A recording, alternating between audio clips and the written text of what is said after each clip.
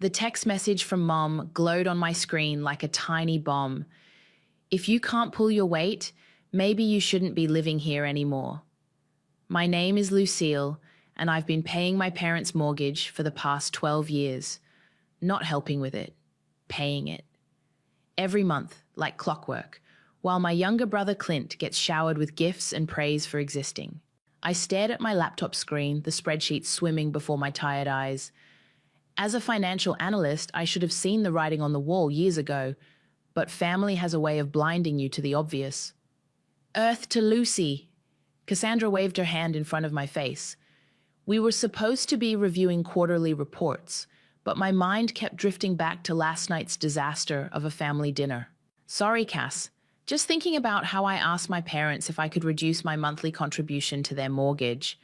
I laughed hollowly. You'd think I'd suggested burning the house down. How much do you give them again?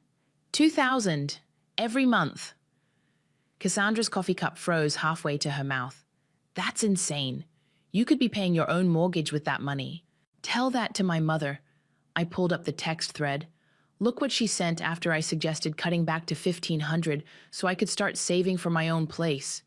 Jesus, Cassandra muttered, reading the threat. That's some next-level manipulation. My phone buzzed again. This time it was Clint. Hey, sis, showing Mom and Dad my new Rolex tonight. Coming to dinner? Speaking of manipulation, I muttered, turning my phone face down. That evening, I walked into my parents' house, the house I'd been bankrolling since I was 22, and found Mom polishing the dining room table with unusual vigor. There you are, she said, not looking up. Your father's grilling steaks, the expensive ones, the guilt trip starter kit. Expensive food meant to remind me of their generosity in letting me live here. Dad called from the deck. Lucy, come see what your brother bought. Clint was lounging in one of the patio chairs, his arm extended like a model on The Price is Right, showing off his watch. Pretty sweet, right? Mom and Dad helped me pick it out. Wonderful, I managed, my throat tight. How much help did they give?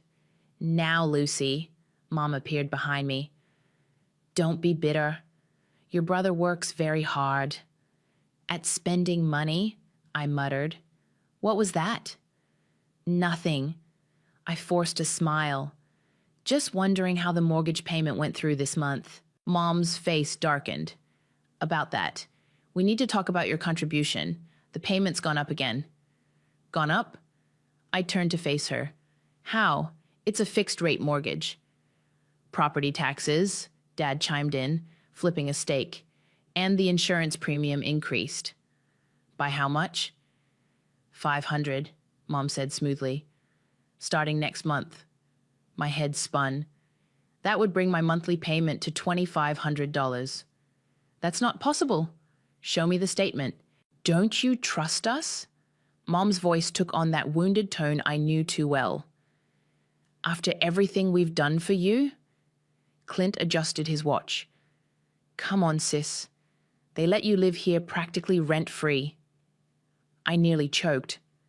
Rent-free?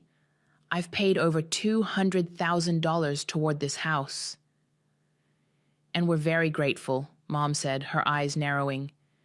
But if you're going to be difficult about this, maybe it's time we discussed other living arrangements. The threat hung in the air like smoke. Dad suddenly became very interested in his grilling. Clint smirked behind his phone screen. I need some air, I said, turning toward the door. Lucy, Mom called after me, don't forget, family comes first. I stopped in the doorway, my hand gripping the frame. Funny how that only applies to me. Back in my room, my childhood bedroom I'd never been able to leave because of their financial demands, I pulled out my laptop and opened my banking records. 12 years of transfers, 12 years of family comes first, 12 years of watching Clint get cars, watches, and vacations while I got guilt and demands. My phone lit up with another text from Mom. We're still waiting for you at dinner. Don't be selfish. Selfish, the word they used whenever I tried to keep anything for myself. I'd been the family ATM for so long, I'd forgotten what it felt like to want things for me. Something shifted inside me then, like a key turning in a lock. I opened a new spreadsheet and started typing, my fingers flying across the keys. If they wanted to play with numbers, maybe it was time to show them exactly how well I could count. "So, Jasmine and I are thinking Bali for the honeymoon," Clint announced, sprawled across the living room couch. Mom and Dad already offered to cover half. I gripped my coffee mug tighter, watching steam rise in lazy spirals. Another Sunday morning family meeting that felt more like a showcase of everything I couldn't have. "That's wonderful, sweetheart," Mom cooed, while Dad nodded approvingly. "Lucy, didn't you always want to go to Bali?" "When I was 23, I said, "before I started paying the mortgage." Mom's smile tightened. "Speaking of which, here it comes." She pulled out a manila envelope, her hands trembling slightly. Too slightly. I'd seen enough of her performances to recognize the theatrics. "We need to discuss something serious," she said, spreading papers across the coffee table. "The bank sent these notices." I leaned forward, my analyst brain kicking in. "These are foreclosure warnings. Mom, what's going on?" "We've fallen behind," Dad mumbled, suddenly fascinated by his slippers. "Just a few payments." "A few?" I snatched up the papers. "This says you're 6 months behind. How is that possible? I've been sending money every month." Clint stretched, his new watch glinting. "Maybe if you'd pitched in more instead of complaining all the time." "Pitched in more?" My voice cracked. "I've given them over 20 grand just this year." "Now, Lucy," Mom's voice dripped with practiced concern, "if you really loved us, you'd help us through this rough patch. We're family." I stood up, my hands shaking. "Where did the money go? The money I sent for the mortgage. What did you do with it?" Mom's eyes darted to Clint for a fraction of a second. "We had expenses." "Expenses like his watch, his honeymoon?" "Don't be jealous, sis," Clint smirked. "It's not attractive." I grabbed my phone and car keys. "I need to get to work." "But it's Sunday," Mom protested. "Some of us actually work for a living," I snapped, heading for the door. 20 minutes later, I was sitting in Cassandra's kitchen. The foreclosure notices spread between us like evidence at a crime scene. "They used your mortgage payments to fund your brother's lifestyle," Cassandra said flatly, pouring more coffee. "While letting the actual mortgage default?" 12 years, I whispered. 12 years of sacrificing everything, and they were just... what? Treating me like their personal bank? "More like their ATM, Cassandra corrected, then paused. Her eyes got that sharp look they usually got before she presented a winning strategy to our clients. "Wait a minute, the bank's going to sell this debt, right?" "Probably. Why?" "What if..." She leaned forward. "What if you bought their debt instead of paying their bills?" I blinked. "What do you mean? The bank wants their money, right? They don't care who pays it. What if you approach them about taking over the mortgage entirely? You've got perfect credit from all those years of responsible payments." My mind raced with possibilities, but my parents would have to agree to transfer the deed. Cassandra's smile turned wicked. "Not if the bank forecloses first. Then it becomes a matter of who buys the debt. And who would suspect the dutiful daughter?" My phone buzzed. Another text from Mom. "We need to talk about increasing your monthly contribution. Your father and I have been so generous letting you live here. Don't forget that." Generous. Right. "I know someone in the foreclosure department at First National," Cassandra said, reaching for her phone. "His name's Imran. Want me to make a call?" I stared at my mother's text. 12 years of manipulation and guilt washing over me. All those missed opportunities, delayed dreams, and empty savings accounts. All while Clint lived like a prince on my dime. "Make the call." "You sure? Once you start this..." "They're threatening to kick me out anyway," I said, my voice steadier than I expected. "Might as well beat them to it." Cassandra dialed, then paused with her finger over the connect button. "Lucy, what they did to you, the manipulation, the financial abuse, it's not okay. You know that, right? I thought about Clint's smirk, Mom's theatrical trembling hands, Dad's convenient silence. I thought about all the years I'd convinced myself I was helping when really I was just being used. I know, I said. That's why I'm done playing their game. If they want to talk numbers, let's talk numbers. Cassandra pressed connect, and the phone started ringing. Imran? Hi, it's Cassandra Ford. I have a friend here who needs some advice about buying distressed mortgage debt. Can you meet us today?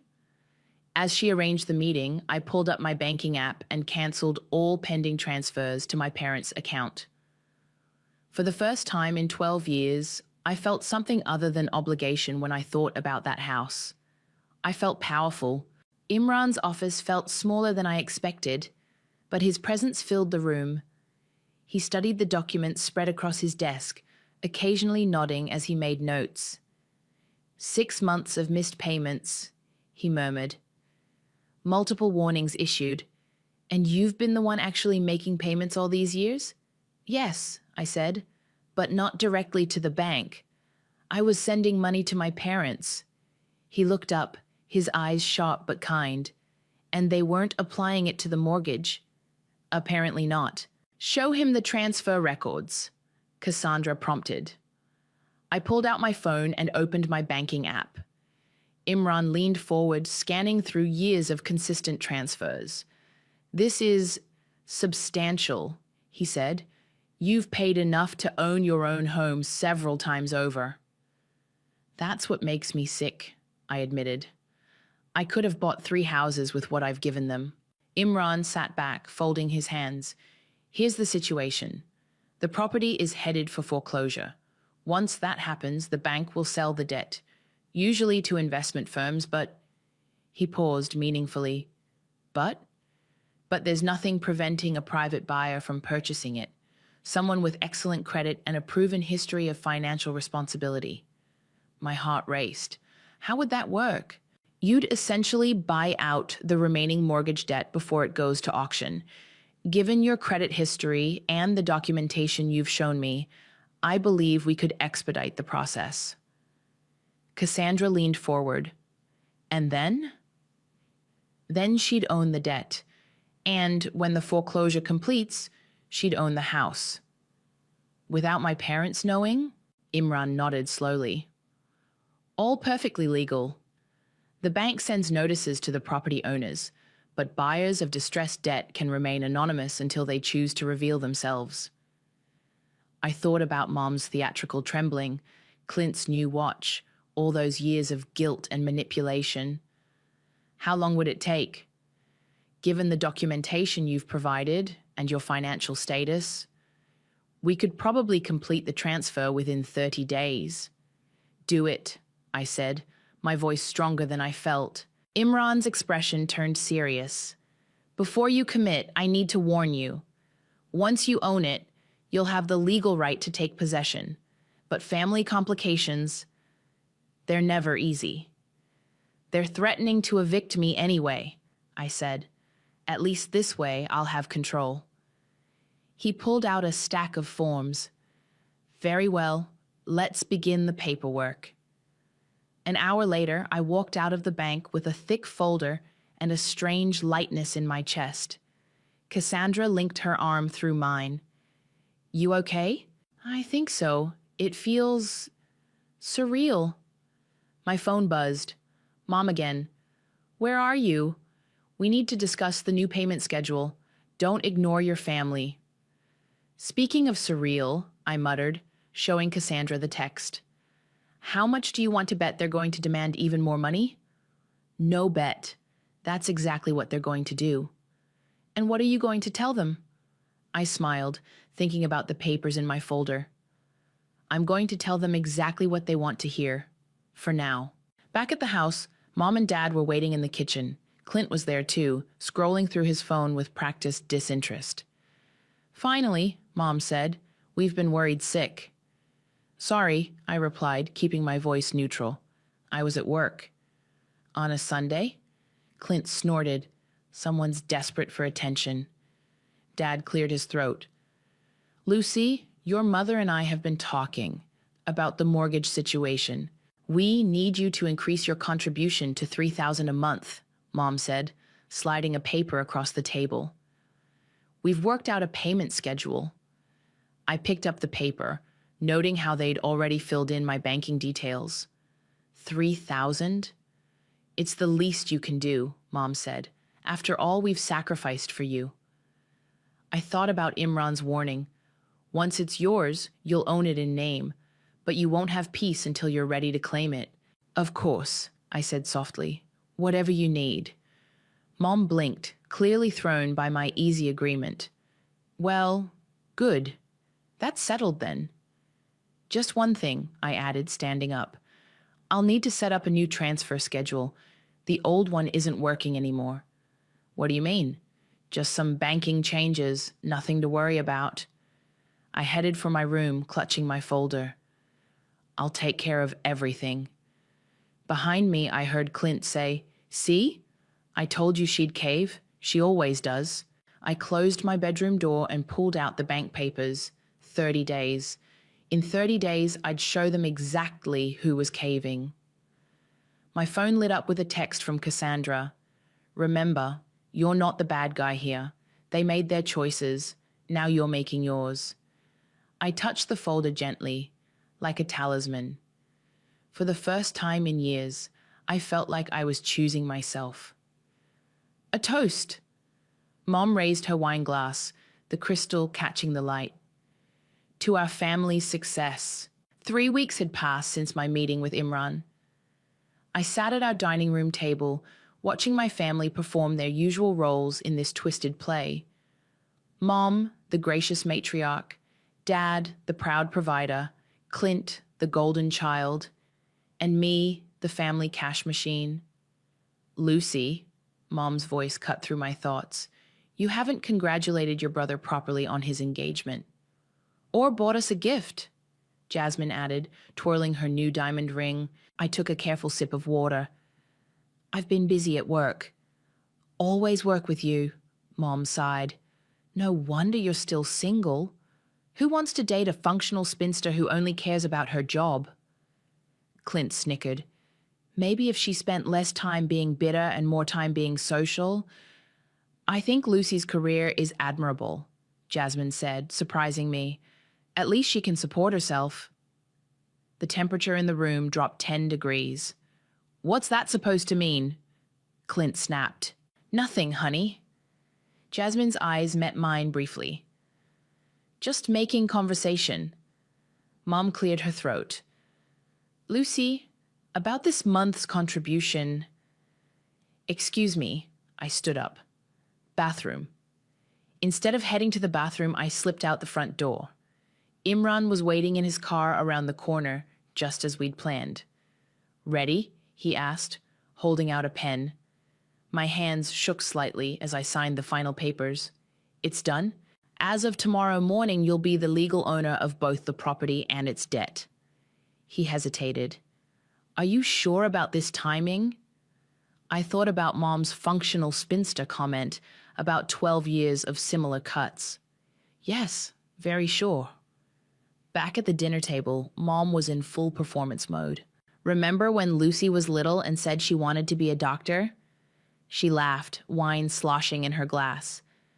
"Thank goodness she settled for accounting. We'd never have managed without her contribution." "Speaking of," Dad began, but Clint interrupted. "Oh yeah, I meant to tell you guys. I borrowed some cash from the emergency fund for a client dinner last week. Just a few grand." Mom's face tightened. "Clint, honey, you should have asked." "Why?" He shrugged. "It's family money, right?" I nearly choked on my water. Family money. "Right." "Lucy," Mom turned to me, clearly eager to change the subject. "We need to discuss your living situation." Here it comes. "Your father and I have been thinking, perhaps it's time for you to find your own place." "What?" I kept my voice steady, even as my heart raced. "Well, with Clint and Jasmine getting married, they'll need more space, and you're always complaining about the mortgage payments." "So you're kicking me out?" "Don't be dramatic," Mom waved her hand. We're simply suggesting it's time for a change. You have 10 days to make arrangements." The room went silent. Even Clint looked uncomfortable. 10 days, I repeated, after 12 years of paying your mortgage. "Now, Lucy," Dad started, but Mom cut him off. "If you're going to be difficult about this, we can make it 5 days." I stood up slowly, my chair scraping against the floor. "I need some air." "Don't be so sensitive," Clint called after me. "This is why you're still single." In my room, I locked the door and pulled out my phone. 3 missed calls from Cassandra, a text from Imran, "Papers filed, congratulations on your new property." A thin envelope slid under my door. Inside was a formal eviction notice, typed up on official-looking letterhead, signed by both my parents. My phone buzzed. Cassandra. "Hey," I answered quietly. "It's happening." "You okay?" "They just served me with eviction papers after I signed the final documents to buy their house." "Poetic timing," Cassandra said. "What are you going to do?" Through my window, I could see Mom and Dad on the back deck, probably plotting their next move. Clint was showing Jasmine something on his phone, both of them laughing. "I'm going to pack," I said, very slowly, very visibly. And then I'm going to let them think they've won, right up until they realize they've lost everything." "Lucy," Cassandra hesitated. "Are you sure you want to go through with this?" From downstairs, I heard Mom's voice. "Finally, we'll have our house back to ourselves." "Yes," I said, my resolve hardening. "I'm very sure." I opened my closet and pulled out a suitcase, making sure it made enough noise for them to hear downstairs. Let them think I was broken. Let them think I was leaving. In less than 24 hours, they'd learn what it felt like to be the ones without power. My phone buzzed with a text from Mom. "Don't forget to leave your keys when you go." I smiled at the message. "Oh, I'll be keeping my keys," I thought. After all, it's my house now. "Your belongings will be on the lawn by noon," Mom announced, standing in my doorway as I folded clothes into boxes. "We're having the locks changed tomorrow." "Okay," I said quietly, continuing to pack. My apparent compliance seemed to irritate her more than resistance would have. "That's it? Just okay?" She stepped into my room. "No drama? No tears?" I shrugged, labeling a box with precise handwriting. "Lucy's books." "You know," she continued, "this attitude of yours is exactly why we need you to leave. You've become so cold, so ungrateful." I placed another label on my desk lamp. "Property of Lucy." "What are you doing?" Mom snapped. "That's our lamp." "Actually, I bought it, like most things in this room." I kept my voice neutral. "I've been keeping receipts." "Everything in this house belongs to your father and me." I smiled slightly, thinking of the document sitting in my office desk. "We'll see." She stormed out, leaving me to my methodical packing. My phone buzzed with a text from Cassandra. "Package arrived at the office.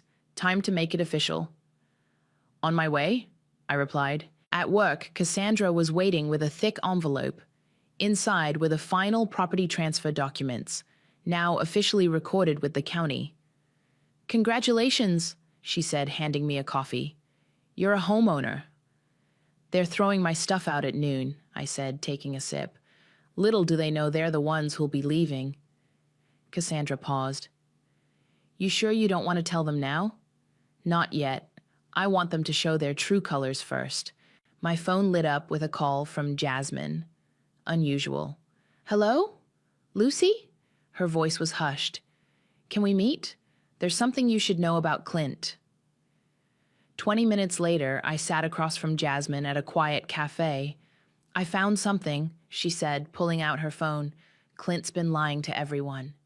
She showed me a series of bank statements, large withdrawals, suspicious transfers. "He lost $40,000 gambling," she explained. "Your parents' emergency fund? He took it all." "When?" "Last month. He said he was investing it for clients, but..." She twisted her engagement ring nervously. He was at the casino. I followed him one night. My phone buzzed, a text from Mom. Your father is putting your boxes on the lawn now. Don't make us call the police. They don't know, do they? I asked Jasmine. About the money? She shook her head. Clint made me promise not to tell, but after seeing how they're treating you... She hesitated. There's more. What? I overheard them talking about a second mortgage. They applied for it, using your information. My blood ran cold. They what? They used your social security number, your employment details. Since you've been paying the first mortgage, they thought... I was already dialing Imran's number. Identity theft, he said when I explained. This actually strengthens your position. We can add fraud charges if you want to pursue that route. Back at the house, my belongings were scattered across the front lawn. Mum stood in the doorway, arms crossed, while Dad and Clint carried out more boxes. Your key, Mum demanded, holding out her hand. I reached into my pocket, fingers brushing past my key to touch the property transfer documents. Not yet, I thought. Soon. Here. I handed her the spare key I'd had made yesterday, keeping my real one hidden. Finally, Clint said, dropping a box roughly. Now we can have some peace around here. Peace? I couldn't help asking. Is that what you call emptying the emergency fund at the casino? His face went white. Jasmine, who had followed me back, stepped away from him. What is she talking about? Mom demanded. Nothing, Clint stammered. She's lying, like always. Am I? I picked up one of my boxes. Interesting. Maybe we should discuss the second mortgage application too? The fraudulent one? Dad dropped the box he was holding. Mom's face turned to stone. Get off our property, she hissed. Now! I gathered my belongings into my car, watching them huddle together on the porch, whispering frantically. They thought they were winning, thought they were finally rid of their troublesome daughter who dared to ask questions about missing money. My phone buzzed, a message from Imran. Everything's ready for tomorrow, are you? I looked at my family one last time. Mom's satisfied smirk, Dad's averted eyes, Clint's nervous fidgeting, and Jasmine's quiet disgust. Yes, I typed back. Time to show them what eviction really feels like. $40,000? Mom's voice echoed through the house. How could you be so stupid? I sat in my car across the street, watching the drama unfold through the living room windows. Jasmine had finally told them everything about Clint's gambling, and the fallout was spectacular. My phone buzzed, a text from Clint. Thanks a lot, bitch. You ruined everything. I forwarded the message to Imran, adding it to our growing file of evidence. The fraud investigation into the second mortgage was already underway. You okay? Cassandra asked from the passenger seat. Better than them. I nodded toward the house, where Mom was now throwing what appeared to be a photo frame at Clint. They're planning his engagement party for tomorrow night. They don't know it'll be their last night in the house. You're really going to do it during the party? Poetic justice. They wanted to humiliate me in front of everyone. Let's see how they like it. My phone rang. Jasmine. Lucy? They're trying to access your old accounts. What? Your mom's on the phone with the bank right now, trying to use your social security number again. Something about an emergency loan. I was already dialing Imran. On it, he said before I could speak. I've flagged all attempts to use your information. They won't get far. Back in the house, Mom had moved from throwing things to making calls. Through the window, I could see her pacing, gesturing wildly with her free hand. They're desperate, Cassandra observed. No emergency fund, no more withdrawals from the Bank of Lucy, and no idea they're about to lose everything. My phone lit up with a series of notifications. Failed transfer attempts from multiple accounts. They were trying everything. Should we stop them now? Cassandra asked. No, let them dig deeper. Every fraudulent attempt is more evidence. A new text from Mom. We need to talk. Family emergency. Come home now. Home. The word hit differently now that I legally owned it. Want me to come with you? Cassandra offered. No, I need to handle this part alone. Inside, the atmosphere was thick with tension. Mom and Dad sat at the kitchen table, while Clint leaned against the counter, looking pale. Finally, Mom said, sit down. We need your help. With what? There's been a financial setback. Dad couldn't meet my eyes. We need to access some emergency funds. You mean my emergency funds? Family funds? Mom corrected sharply. We've always been one financial unit. Until you threw me out. That was different, she waved dismissively. This is serious. Your brother made a mistake. A $40,000 mistake, I said, at the casino. Clint pushed off from the counter. You don't know what you're talking about. Really? Should we ask Jasmine? That traitor, he spat. She had no right to tell the truth. I stood up. Like how you had no right to steal $40,000? Or how you had no right to use my social security number for fraud? Mom's face went white. How did you know about the second mortgage application? I have my sources. I headed for the door. And no, I won't help you cover this up.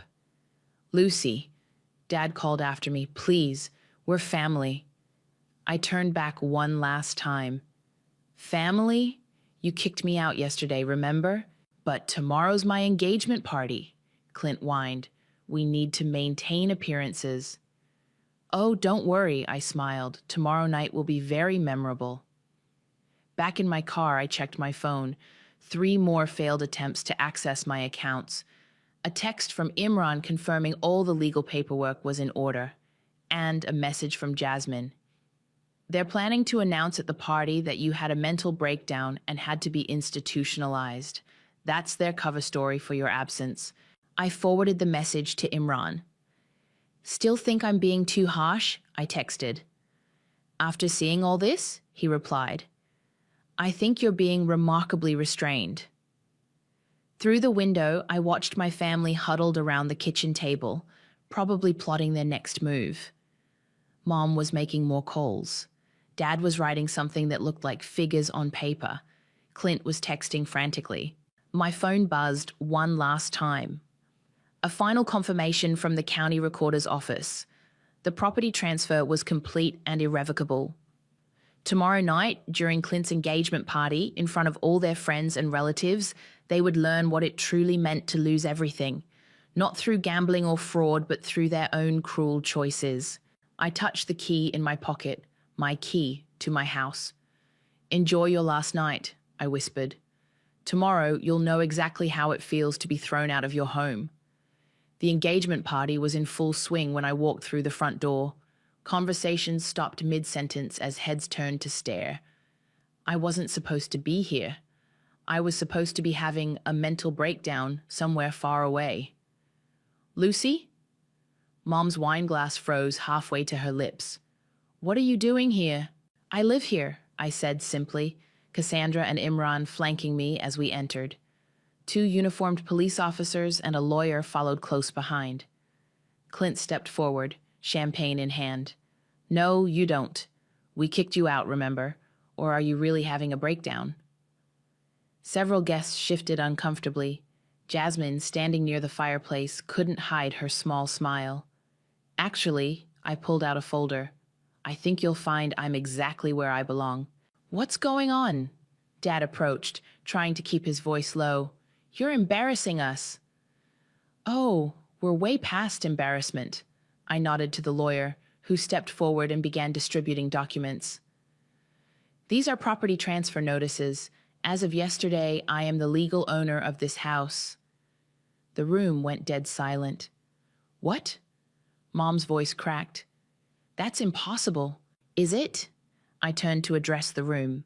Would anyone like to hear how my parents fraudulently used my social security number to apply for loans? Or how my brother gambled away $40,000 of stolen money? or how they've been forcing me to pay their mortgage for 12 years while threatening to make me homeless. She's lying, Clint shouted, but Jasmine stepped forward. No, she's not. I saw the casino receipts, Clint. I saw everything. Mom's face twisted with rage. You ungrateful little... Mrs. Patterson, one of the officers interrupted, I suggest you choose your next words carefully. We're here investigating multiple counts of fraud and identity theft. This is ridiculous, Dad sputtered. We're her parents. Which makes the fraud worse, legally speaking, the lawyer noted dryly. I pulled out another document. This is a court order freezing all accounts connected to my social security number. No more emergency loans in my name. No more stealing my identity. Guests began quietly gathering their things, edging toward the door. The perfect family facade was crumbling in spectacular fashion. You can't do this, Mom whispered. This is our home. Not anymore. I bought the mortgage debt you defaulted on. Remember all those payments you missed while buying Clint watches and planning his honeymoon? The bank was happy to sell me the debt. And now? I gestured around the room. This is my house. You're bluffing. Clint stepped forward, but Jasmine caught his arm. She's not, Jasmine said. I saw the paperwork yesterday. It's over, Clint. But our engagement party... About that, Jasmine slipped off her ring. I don't think I want to marry someone who steals from his family and blames his sister for his gambling addiction. The ring hit the floor with a tiny clink that seemed to echo through the stunned silence. You have 24 hours to vacate the premises, the lawyer announced. Any belongings left behind will be considered abandoned property. You can't just throw us out, Mom's voice rose hysterically. We're your parents. We gave you everything. No, I corrected quietly. I gave you everything, and you took more. Every month, every guilt trip, every manipulation. But now, I held up my key. Now I'm taking it back. Officer, Imran spoke up, would you please ensure everyone leaves the premises safely? Ms. Patterson has expressed concern about potential retaliation. Mom collapsed into a chair, mascara running down her cheeks. Dad stood frozen, looking lost. Clint paced the room like a caged animal. Lucy, please, Dad tried one last time. We can work something out. Like you worked something out when you threw me out? When you used my social security number? When you let Clint steal $40,000? I shook my head. The time for working things out is over. Guests hurried past me, avoiding eye contact. Jasmine paused at the door. I'm sorry, she said softly. I should have told you sooner about Clint. You told me when it mattered, I assured her. As the officers began clearing the house, I watched my family's perfect world implode. Mom's theatrical sobs had no audience. Dad's authority had no power. Clint's charm had no effect. 24 hours, I reminded them, as they were escorted out. And don't forget to leave your keys. Standing in the doorway of my house, finally, legally, irrevocably mine, I watched them walk down the driveway. 12 years of payments, 12 years of manipulation, 12 years of being the family ATM, all ending in one perfectly executed moment of justice. My phone buzzed. A text from Cassandra. You okay? I looked around at my empty house, feeling lighter than I had in years. Yes, I replied. For the first time in forever, I really am. The sunset painted the empty living room in shades of orange and gold. I sat on the floor, surrounded by boxes. Not my boxes this time, but theirs. They'd left in such a hurry, abandoning photos, trinkets, and memories in their wake. My phone buzzed. A text from Mom. We're staying at the Holiday Inn. Please, Lucy, let's talk about this. I set the phone aside and picked up a family photo. We were all smiling, but now I could see the cracks beneath the surface, the tension in my shoulders, the possessive way Mom gripped my arm, the entitled tilt of Clint's chin. A knock at the door startled me. Jasmine stood on the porch, holding a small box. Hey, she said. I found some of your old things at Clint's apartment. Thought you might want them back. I invited her in, and she settled on the floor beside me. How are they? I asked, not sure why I cared. Clint's moving to California. Says he can't show his face here anymore. She picked up the family photo. Your mom's been calling everyone, trying to get them to convince you to reverse the property transfer. And Dad? Silent, like always. She paused.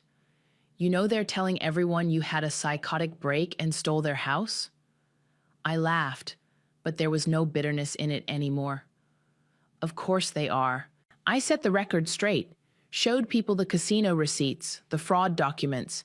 Most of them have blocked your family's numbers. Another knock. This time it was Cassandra with takeout and wine. Thought you could use company, she said, settling down with us. The fraud investigation is moving forward, by the way. The DA wants to press charges. Are you going to let them? Jasmine asked. I looked around the room, at the space that had held so much pain and manipulation. No. Losing their house, their reputation, and their power over me is enough. Speaking of the house, Cassandra pulled out some papers. I brought paint samples. This place could use some color that isn't beige and gilt. We spread the samples across the floor, laughing at the names. Hopeful morning. Fresh start. New beginning. My phone buzzed again. Clint. I'm sorry. I know it doesn't fix anything, but I'm sorry. First genuine thing he's ever said to me, I mused, showing them the text. Too little, too late, Jasmine said, opening the wine. You know what's funny? I accepted a glass. For years, I thought I was paying for a home. But it wasn't a home. It was a prison. They weren't my family. They were my jailers. And now? Cassandra asked. I stood up and walked to the back deck, their favorite spot for family meetings and manipulations. The evening air was cool and clean. Now I'm free, and I have a real family. I turned to them. You guys stood by me, told me the truth, helped me find my strength. Speaking of strength, Jasmine pulled something from her box. Look what I found. It was an old journal entry I'd written in high school. Sometimes I think the strongest thing you can do is walk away. But I'm not strong enough yet. Guess you finally were, Cassandra said softly. A car pulled into the driveway. Mom, Dad, and Clint emerged, looking smaller somehow. Last of our things, Dad called up, not meeting my eyes. I watched from the deck as they unloaded boxes. No demands, no guilt trips, no power. Need any help? I called down, surprising myself and them. No, Mom said stiffly. We can manage without you. We always could, you know. I know, I replied calmly. That's what makes this all so sad. They finished quickly, leaving their keys in the mailbox without another word. As their car pulled away, I felt no triumph, no revenge-fueled satisfaction, just peace. Back inside, Cassandra and Jasmine had started painting test squares on the living room wall. What do you think? Cassandra pointed to a warm, sunny yellow. It's called Fresh Dawn. Perfect, I said, picking up a brush. Let's paint over the past. We worked into the evening, covering beige walls with color, filling the space with laughter and truth instead of manipulation and lies. My phone stayed silent. No more guilt-tripping texts, no more demands, no more emotional blackmail. You know what this place needs? Jasmine stepped back, admiring our work. A housewarming party. A real one, with real friends and real love. I looked around at my home. Truly mine now, in every way that mattered. The walls were half-painted, boxes were everywhere, and nothing matched. But for the first time, it felt like freedom. Yes, I said, raising my wine glass. To real family, the ones we choose, not the ones who choose to use us. We clinked glasses as the last light faded, painting our way into a future that was finally, completely my own.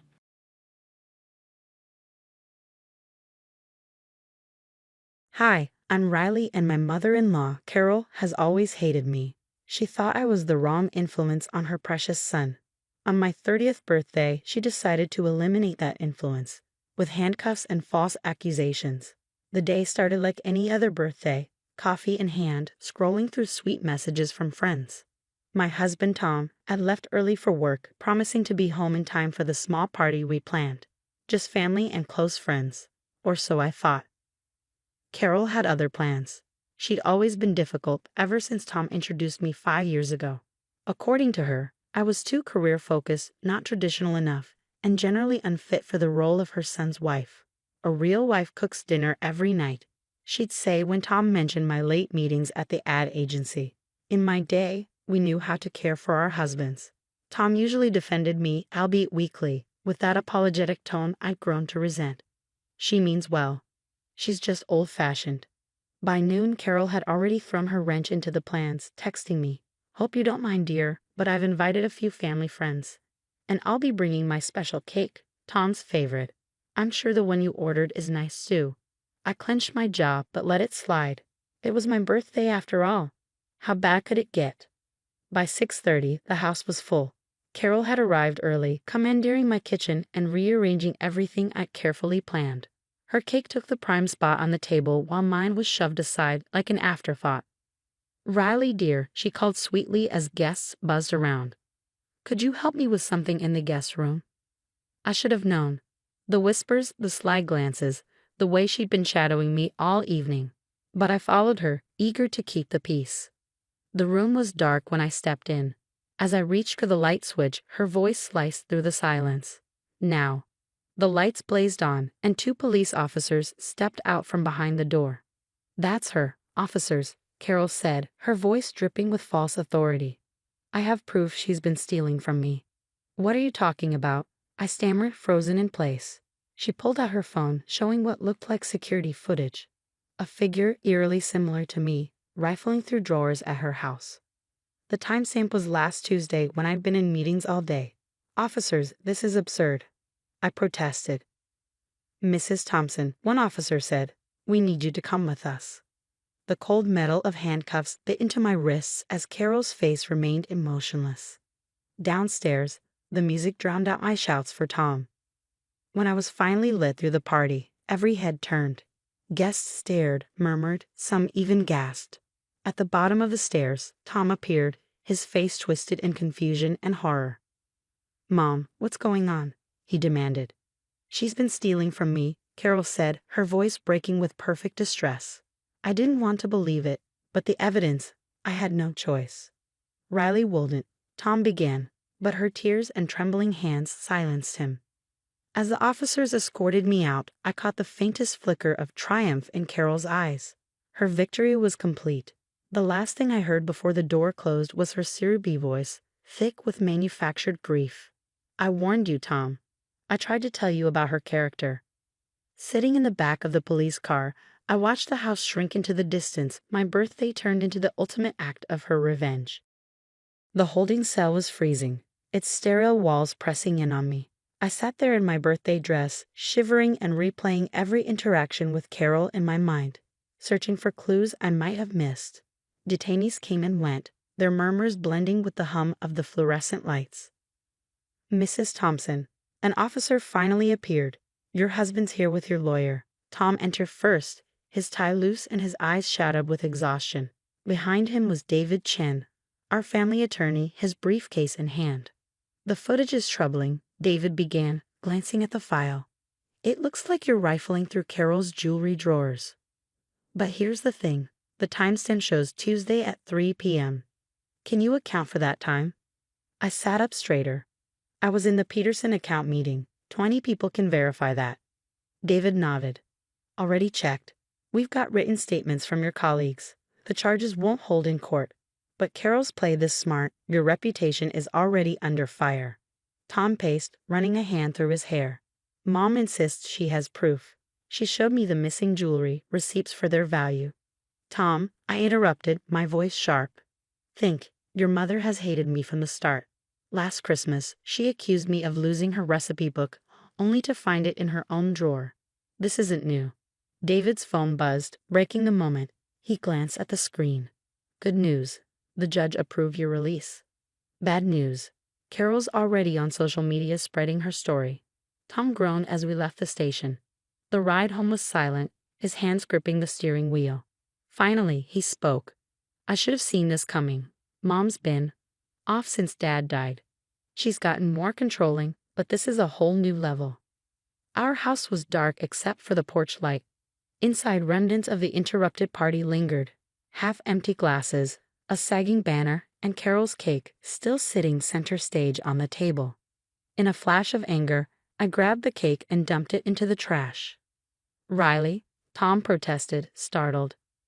No, I said, my voice steady. Your mother had me arrested at my own birthday party. I'm done. No more pretending this is okay. That night, I stayed up documenting everything. Carol's manipulations, her false accusations, her countless attempts to undermine me. Then a thought struck me like lightning.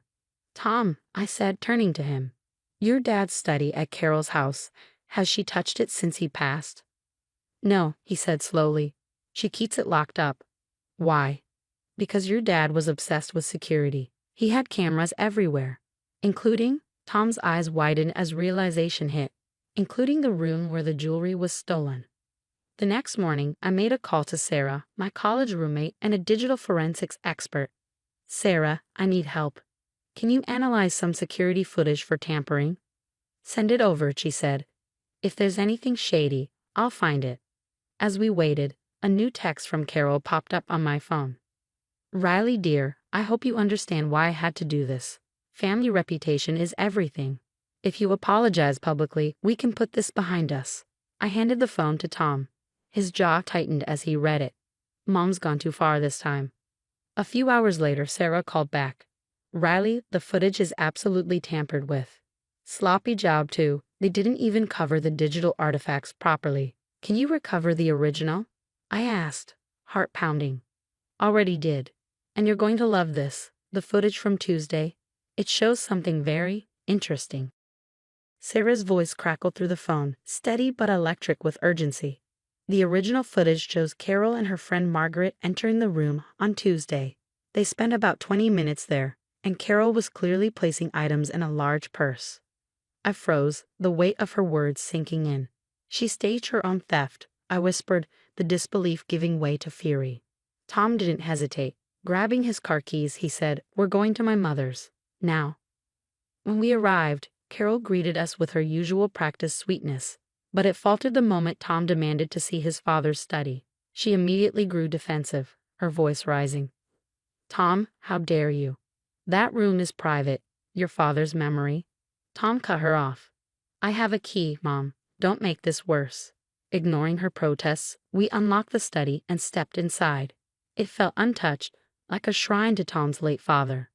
But in the desk drawer, among old documents and keepsakes, we found it. Every piece of the stolen jewelry Carol had accused me of taking. Unbelievable, I muttered, my hands trembling as I held the items. But the real bombshell was on the study's computer. Weeks of untouched security footage revealed everything. Carol and Margaret plotting together, practicing with editing software, discussing how to frame me, and even rehearsing Carol's dramatic breakdown at my party. On one video, Carol's voice was crystal clear. I'll have her arrested right in front of everyone. Tom will finally see the truth about the kind of woman he married. Tom sat motionless, his jaw clenched, watching his mother's schemes unfold on screen. With every clip, his face darkened, the betrayal cutting deeper. We were so engrossed that we didn't hear her footsteps until she burst into the study. Carol's face went ghostly pale when she saw the monitor. Tom, sweetheart, she stammered, her voice faltering. I can explain. Tom turned to her, his voice cold and sharp. Explain what, Mom? How you framed my wife. Had her arrested at her own birthday party? This is beyond anything I could have imagined. Her mask of composure cracked. She's not right for you. Carol shrieked. She's turning you away from family traditions from me. I did this for you, for us. No, Mom, Tom said, his voice trembling with controlled rage. You did this to yourself, and now you'll face the consequences. Carol's pleas fell on deaf ears as we left the house, armed with all the evidence we needed. In the days that followed, Carol and Margaret were charged with filing false police reports, evidence tampering, and defamation. The fallout was seismic. The family splintered. Some rallied behind Carol, convinced she'd been misunderstood, while others were horrified and cut ties entirely. Tom and I made the decision to move across town, away from the chaos and his mother's toxic influence. I agreed, but with one non-negotiable condition. We'd host a proper 30th birthday party at our new home.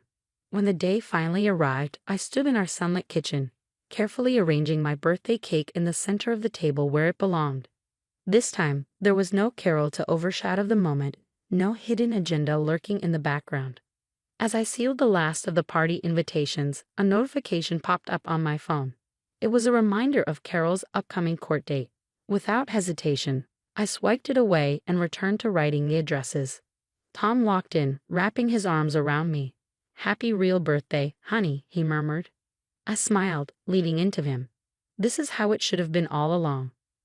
Looking back, I realized Carol had unwittingly given me a gift, a birthday present unlike any other. She'd shown her true colors, not just to me, but to everyone, especially Tom. In her efforts to ruin my life, she destroyed her own relationship with her son. Sometimes karma doesn't need plotting or revenge. Sometimes it's as simple as the truth finally coming to light through security cameras, an unraveling plan, and a mother-in-law far too confident in her own schemes.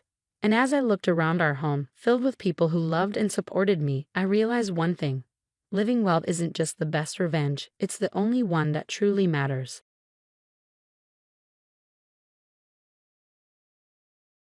Hi, I'm Teresa. Ever had that feeling where life finally starts falling into place, only for the universe to throw you a curveball? Well, buckle up, because this story is a roller coaster. 3 years ago, I swapped my nursing scrubs for a business suit and opened Vista Art Gallery in downtown Portland. Best decision ever. The gallery's booked solid 6 months ahead, and I've built an incredible community of local artists. Fun fact, the divorce settlement from Derek helped kickstart this dream. Probably the only good thing to come out of that 8-year train wreck of a marriage. Oh, Derek. Where do I even begin? Imagine the ultimate mama's boy corporate lawyer, then multiply that by 10. His world revolved around his family, especially his mother, Barbara. That woman could make a monster-in-law look like a saint. Nothing I did ever measured up. My cooking? Wrong.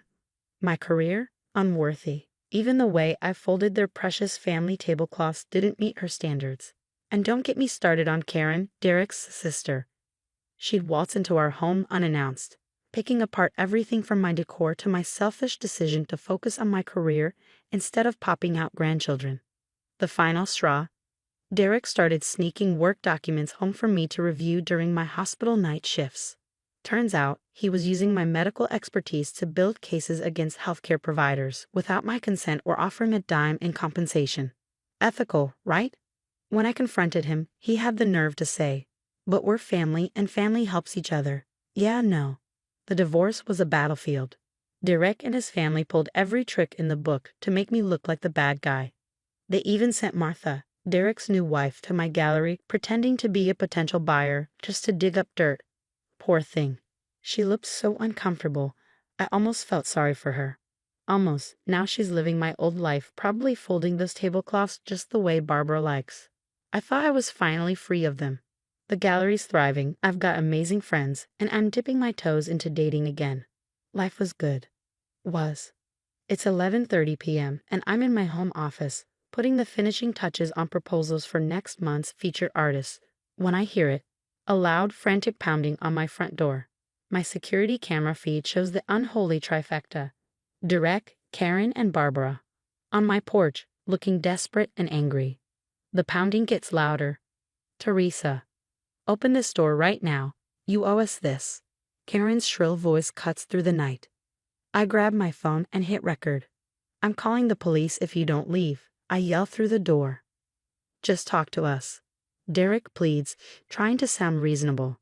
I know that tone. It's the same one he used in court. "Mom's sick. She needs you." Whatever this is, the answer is no. "Leave before I call the cops," I say firmly. Barbara's voice, weaker than I remember, cuts through the chaos. "I have cancer, Teresa, stage 4. They're giving me 6 months." I freeze for a moment but shake it off quickly. "I'm sorry to hear that, but it's not my problem." "You're a nurse. Karen shouts, slamming her hand against the door. You took an oath. You can't just. I'm an ex-nurse. I snap, my voice sharp. And that oath doesn't mean I have to provide personal care to a hostile ex-family. Personal care? Derek's voice rises. She treated you like a daughter. After everything she did, I retort, like telling the divorce court I was an unfit wife because I worked nights, or spreading rumors that I was stealing drugs from the hospital. Karen starts kicking the door. You ungrateful little, thank God for Tom, my retired cop neighbor. At 65, he's still as intimidating as ever, especially in his security guard uniform. He shows up right as Karen starts kicking my door.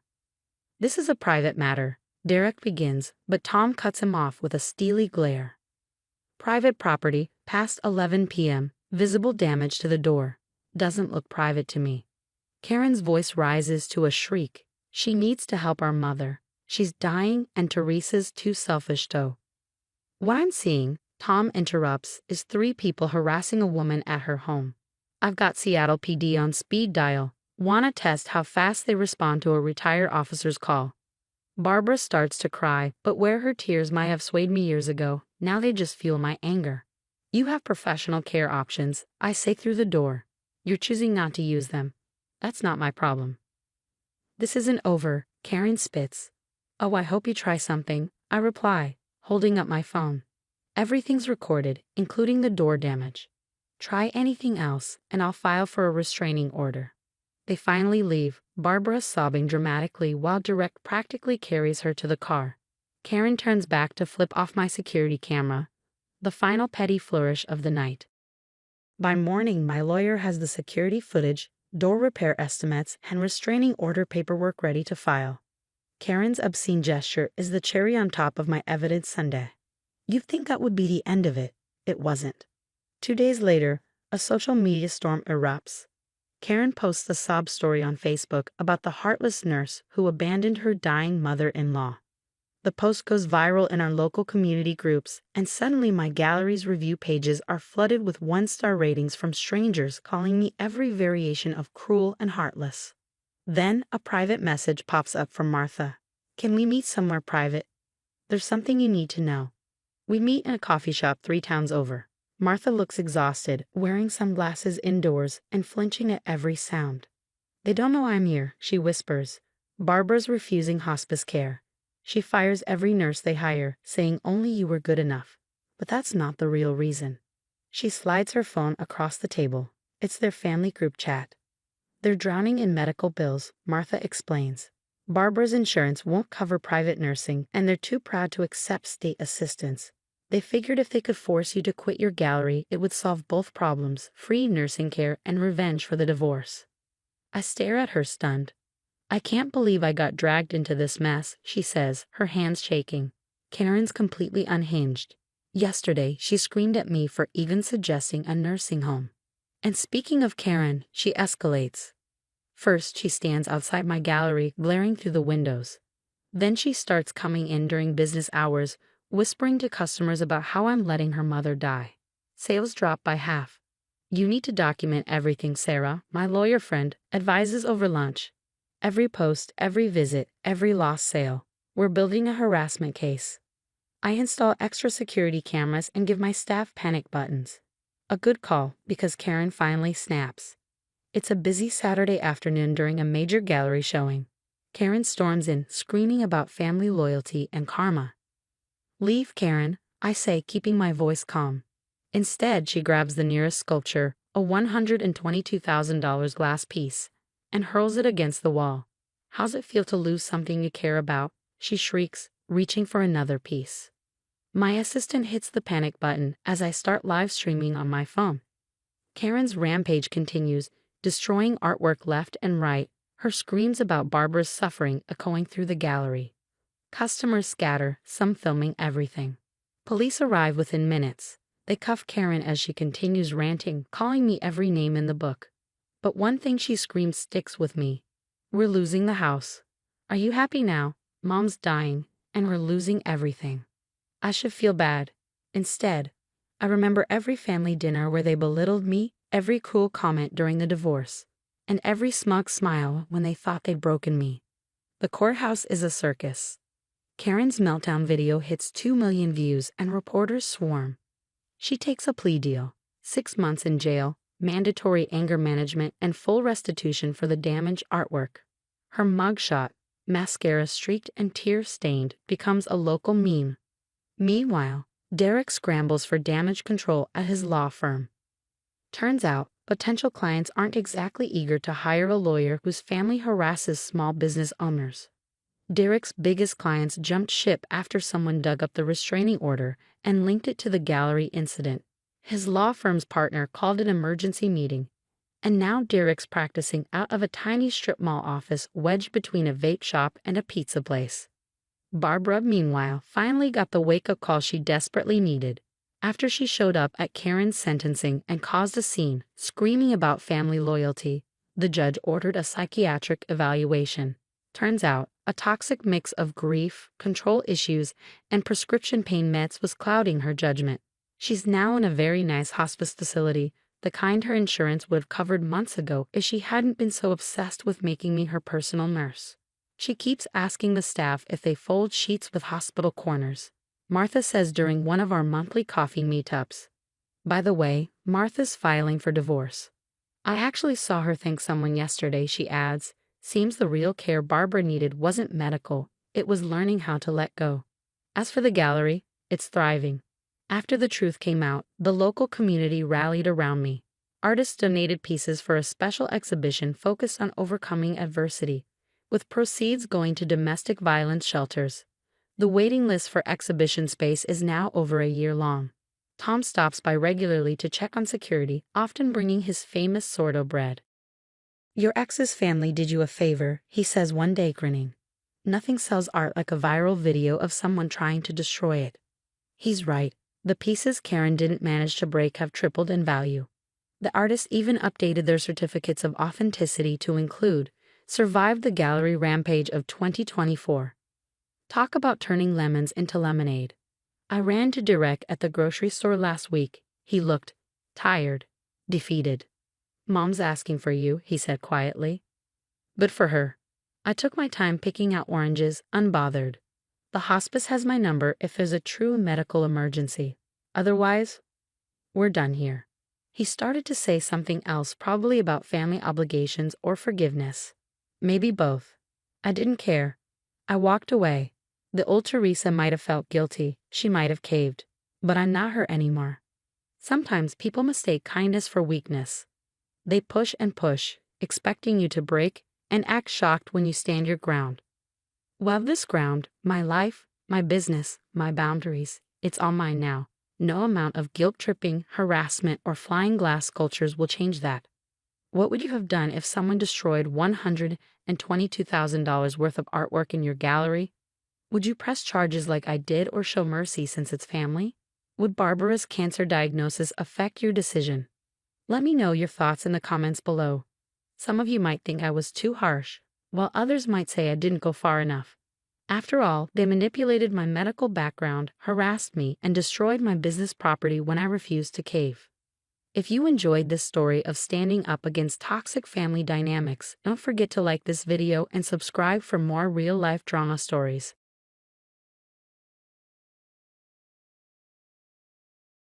Hi, I'm Anna. You know those moments when you look back and realize your entire life changed because you tried to do the right thing? That was me, 3 years ago. It all started when I moved in with my sister Sarah after Mark's accident. Emma was 14, Mason had just turned 12, and they just lost their dad. Sarah, well, she was barely holding it together. I don't know what to do, Anna, she admitted during a late-night phone call, her voice breaking. The kids are struggling, and I'm working double shifts just to keep us afloat. I still remember sitting in my tiny apartment, staring at the marketing proposal I'd been pouring my soul into. The promotion I'd been chasing for 2 years was finally within reach, but Sarah's voice kept echoing in my mind. I'll come stay for a few months, I told her, help get everyone back on their feet. That few months turned into 3 years. I took a remote position, less pay, but enough flexibility to drive Mason to soccer practice and help Emma with her science projects. Slowly, we built a life. Sunday morning pancakes, homework at the kitchen table, movie nights crammed together on the couch. "You're becoming their mother more than their aunt," my best friend Tom pointed out one morning over coffee. He'd always been the voice of reason. "Sarah's letting you carry everything while she's out finding herself every weekend. When's the last time she even went to one of Mason's games?" I brushed him off. Sarah was still grieving, I told myself.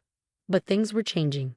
Sarah started coming home later, talking endlessly about this amazing guy she'd met in yoga class. Keith, a successful real estate developer who, in her words, understood her journey. Then, at dinner last night, Emma was telling us about her debate team making it to the state finals when Sarah clinked her wine glass. "Keith and I have been talking," she announced, beaming. "He's moving in next month. Isn't that exciting?" The kids froze. Mason dropped his fork, and Emma's face went blank. I felt a knot tighten in my stomach, the kind that warns you bad news is coming. Sarah didn't notice. "It's time for some changes around here," she continued, twirling her wine glass. "Keith has amazing ideas for renovating the house." That knot in my stomach should have screamed louder. 1 week after Keith moved in, the renovations began. I came home to find my reading nook, my little sanctuary where I'd spent hours helping Emma with homework, stripped bare. The built-in bookshelf Mark had lovingly installed, gone. "We're opening up the space," Keith said with a sweeping gesture as contractors carried out the pieces of my former refuge. "The house needs a more modern feel." Sarah agrees. Sarah just nodded, practically glowing as she hung on his every word. "The kids are excited, right?" she added. Mason mumbled something and disappeared upstairs. Emma didn't even look up from her phone. They'd both been withdrawing since Keith arrived, like shadows of their former selves. "Did you at least save Mark's photos from the bookshelf?" I asked, fighting to keep my voice steady. "Of those old things." Sarah waved dismissively. "They didn't fit the new aesthetic. Besides, it's time we all move forward." That night, I got a call from Linda, Mark's mother. "Anna, have you checked the property records lately?" she asked. Her tone made my stomach churn. "What do you mean?" "Sarah came to me last month asking about Mark's life insurance policy and the house deed. It felt off." The next morning, I went to the county records office. My hands shook as I flipped through the documents. 2 weeks before Keith moved in, Sarah had transferred full ownership of the house to herself. The house Mark and I had both paid off together after his death. When I confronted Sarah, she and Keith were in the kitchen, flipping through renovation magazines.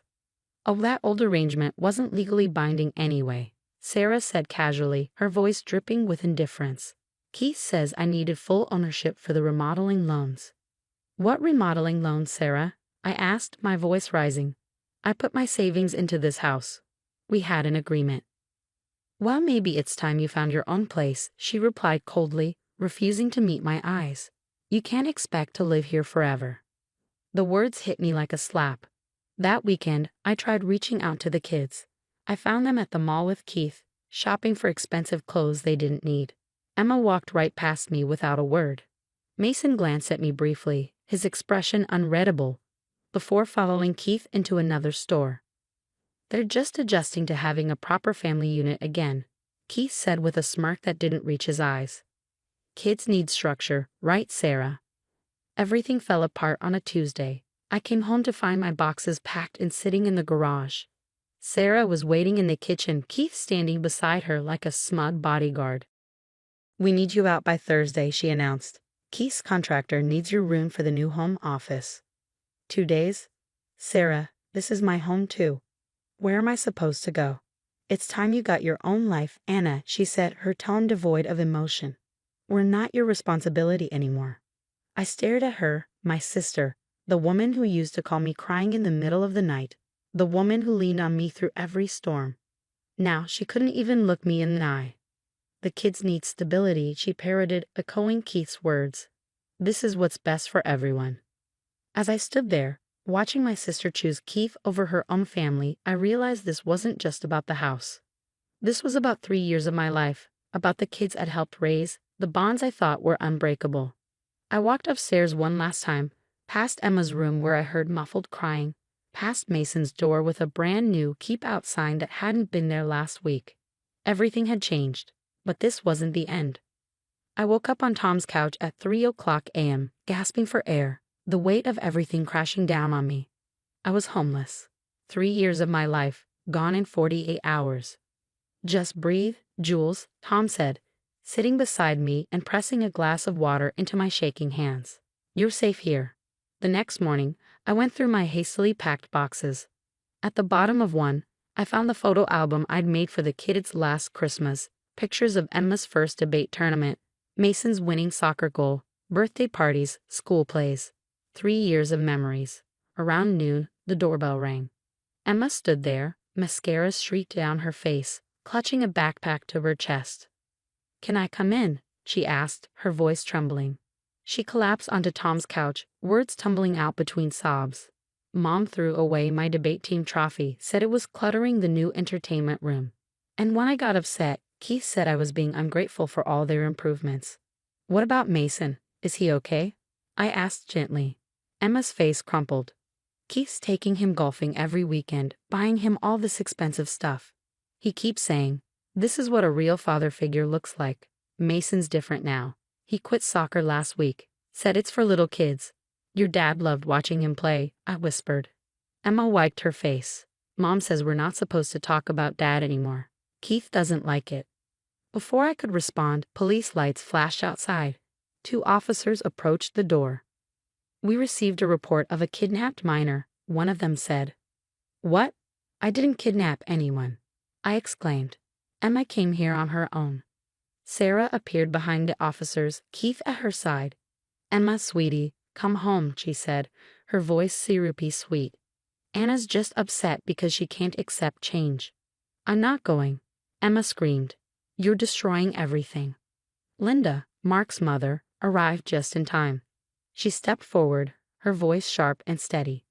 "I have documentation of everything," she said, handing over papers, including Sarah's refusal of Mark's life insurance payments and child support from his pension. The money meant for these kids. Keith's head snapped towards Sarah. "What life insurance? What pension?" "It wasn't important," Sarah stammered, her composure cracking. "Is that why you've been borrowing money from everyone?" Linda demanded. "Is that why you needed Keith's loans?" Keith's face darkened. "You told me the renovation loan was your first debt. What else haven't you told me?" As the police left, deeming the matter civil, Linda offered to let Emma stay with her. As they drove away, I watched Keith walk to his car alone, Sarah calling after him in vain. Sometimes revenge isn't about getting even. It's about protecting what matters most. Watching Emma choose to walk away, I knew we were finally on the path to something like justice. 3 weeks later, Mason slid into a diner booth across from me. "Mom doesn't know I'm here," he said, stirring his milkshake, looking so much like Mark it hurt. She took my phone. "But I borrowed Emma's old one," Mason said, holding up a slightly outdated phone. His voice was quiet but steady. "How are you holding up?" I asked. "Keith moved out last week. The contractors stopped coming. Mom just sits in the half-finished living room, making calls about loans," he said, his voice tinged with frustration. Then he pushed a folder across the table. "I found these in Dad's old office." I opened it and found documents about the house, Mark's original purchase, renovation records, and proof of his investments. Linda had been right all along. The next day, Linda called a family meeting at her house. Sarah arrived last, looking diminished without Keith by her side. Her designer outfit was wrinkled, and her usually perfect hair was a mess. "This ends today," Linda began, her voice firm. "Mark left provisions for his children's futures, Sarah. You hid them from everyone, including the court." "I was protecting my family," Sarah protested, her voice breaking. "By refusing child support, by taking loans against their home, by erasing Dad." Emma's voice trembled with anger. "You don't understand," Sarah pleaded. "No, you don't understand," Mason interjected, his voice cutting through the tension like a blade. "Dad's gone, but that doesn't mean you get to rewrite our lives." Sarah's composure finally crumbled. "Everything I did was for us," she sobbed. Keith sighed. "Keith's gone, Mom," Emma said, standing tall. "Just like everyone else you've pushed away." The following weeks passed in a blur of court appearances. Linda was granted temporary guardianship of the kids. During the property hearing, Mark's original investment in the house was revealed, proving Sarah's actions had been deceitful. "The house needs to be sold," Emma announced during a family session. Her tone was resolute. "It's not a home anymore, just a monument to lies. And Anna deserves part of the proceeds," Mason added. "She was there for us when you weren't, Mom." Faced with mounting renovation loans and no Keith to bail her out, Sarah didn't fight back. Perhaps she couldn't anymore. 3 months later, I found an apartment near Linda's place. The house was sold, settling debts and giving us all a chance at a fresh start. Sarah moved into a small rental, taking on extra shifts to pay off her remaining loans. "Do you think Mom will ever change?" Emma asked one evening as we helped Mason with his college applications. He had rejoined the soccer team, and his athletic scholarship prospects were looking bright. "People can change," I replied, "but relationships have to be earned back, one day at a time." Linda brought out the photo albums she'd saved, the ones Sarah had tried to throw away. We spent hours adding new pictures alongside the old ones. Different faces, same love. Sometimes family isn't about shared blood or perfect facades. It's about who stays when the truth comes out, who helps you rebuild from the rubble of broken trust.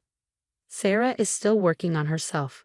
The kids visit her sometimes on their own terms. As for me, I learned that home isn't always where you start, but where you end up after the storm passes, and we're all better for weathering it together. That's Anna's story of betrayal and redemption. What would you do if someone you sacrifice everything for, your career, your home, your future, betrayed you? Would you seek revenge, or would you focus on protecting the innocent people caught in the middle? Share your thoughts in the comments below.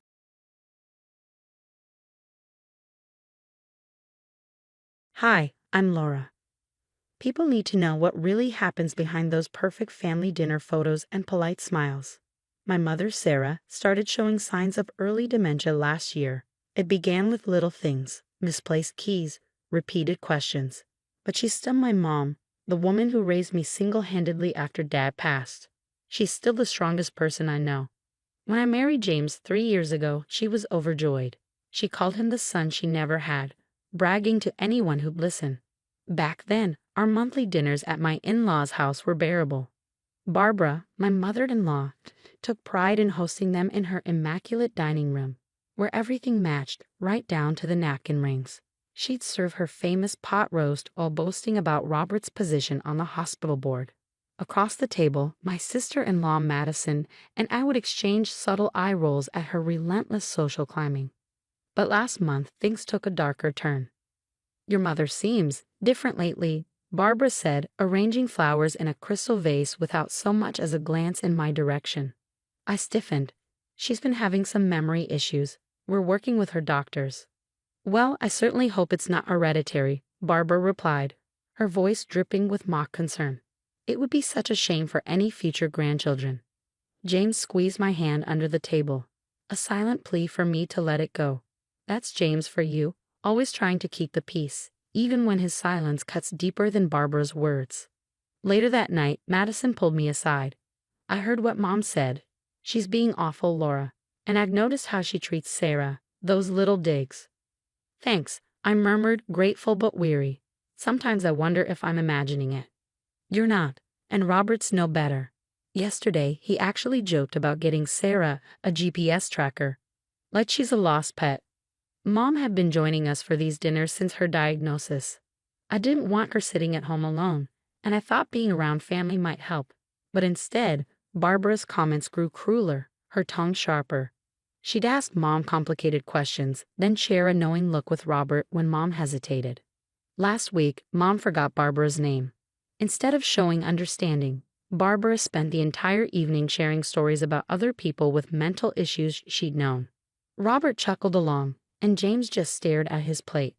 Later, Madison texted me, "They're getting worse. Something needs to be done." She was right. I just didn't realize how bad things would get until tonight's dinner. Looking back, the signs were all there, the snide remarks, the cruel setups, their growing boldness. But I never imagined they'd go as far as they did. Mom was having a good day when we arrived. She greeted James by name and even complimented Barbara's haircut. That should have been a warning. "Oh, Sarah," Barbara said with a laugh sharp enough to cut glass. I've had this style since James and Laura's wedding. Don't you remember? You were there, I think. I felt Mom stiffen beside me. I'm sorry, I thought. Dinner smells great, Madison interrupted, flashing me an apologetic look. Is this your special pot roast? But Barbara wasn't done. Over the next 20 minutes, she peppered Mom with pointed, detailed questions each time Mom hesitated or mixed up a detail about my wedding. Barbara would pounce. Her corrections grew louder and more condescending with every slip. Sarah, dear, you were wearing blue, not purple. And you gave that lovely speech. Oh wait, you didn't, did you? You weren't feeling well that day. Something about forgetting what you wanted to say. Robert chuckled from behind his wine glass. Better to forget a speech than make a fool of yourself, right? My voice shook. Stop it. Both of you, just stop. Laura, James began, reaching for my arm. No, James, I'm done watching them torture her. Mom glanced around the table, her eyes clouded with confusion. Did I say something wrong? Everything you say is wrong lately, Barbara snapped. You can't remember anything. You're making everyone uncomfortable with your condition. Barbara. Madison gasped. Well, someone had to say it. She's crazy, and Laura's just enabling her by bringing her to these dinners. She belongs in a home where they can handle people like her. The room fell silent. Mom's hands trembled as she folded her napkin. I think I'd like to go home now. See, Barbara sneered. She can't even handle a simple dinner conversation. I stood so quickly my chair clattered to the floor. The only crazy person here is you, Barbara. You've been bullying her all night, deliberately trying to confuse her. What kind of person mocks someone with dementia? Now wait just a minute, Robert began. No, you wait, I snapped, helping Mom to her feet. You sit in this house, acting so superior while deliberately hurting a sick woman. You're monsters. James, are you going to let her speak to us this way? Barbara demanded, turning to her son. I looked at him silently pleading. He opened his mouth, closed it, then stared at his plate. Typical. Grabbing my purse, I said, Come on, Mom. We're done here. Madison followed us to the door. Laura, wait. But I was already helping Mom into the car, my hands shaking so badly I could barely get the key in the ignition. As we drove away, I caught a glimpse of Barbara standing at the window smirking. She had no idea what she just started. The next morning, Madison called. I have something you need to see. She sent me screenshots of Barbara's private social media posts, dozens of them, each more cruel than the last. Having another delightful dinner with my forgetful in-law. Maybe we should start charging her for the entertainment she provides. #resign laws, #send her away. Barbara had been mocking Mom online for months, sharing her funny moments with her country club friends. Robert had chimed in on several, adding his own tasteless jokes. I've been documenting everything, Madison said. Their comments at dinner, Dad's jokes at his hospital board meetings about losing it like Sarah. Even this group chat Mom started with her charity friends where they shared dementia stories for laughs. Does James know? He does now. I showed him everything this morning. He's not taking it well. When James came home that evening, he looked destroyed. I had no idea they were. I mean, I knew they made comments, but this is systematic cruelty. Laura, I'm so sorry. I should have stood up to them. You can stand up to them now, I said firmly. Together, we formulated a plan. Madison kept collecting evidence while James and I continued attending dinners. But this time we were prepared. I recorded everything on my phone while James finally started calling out his parents' behavior. Mom, that comment about memory care homes being storage units for defective people, do you really think that's appropriate? Barbara would backtrack, feigning concern, but the recordings captured her true colors every time. The real turning point came when Madison discovered Robert had been sharing his hilarious stories about Mom at hospital board meetings. Many board members had elderly parents with dementia and found his remarks deeply offensive. Half the board is ready to vote him out, Madison reported. And Mom's charity friends. Turns out the organization specifically supports families dealing with elderly care issues. Someone anonymously sent them her social media posts. Who would do such a thing? Barbara had wailed when she found out. I have no idea, I said with a smile as Madison winked at me. Barbara's carefully curated social image was crumbling, and Robert's position was becoming untenable. But the final blow came from an unexpected source. At the next family dinner, James stood up. His voice was steady but firm. "I've been quiet too long. What you're doing to Sarah, to my mother-in-law, ends now. I've seen the posts, the messages, the stories. You're not the people I thought you were," James said, his voice steady but filled with quiet anger. "James, darling, you're overreacting," Barbara began, her smile faltering.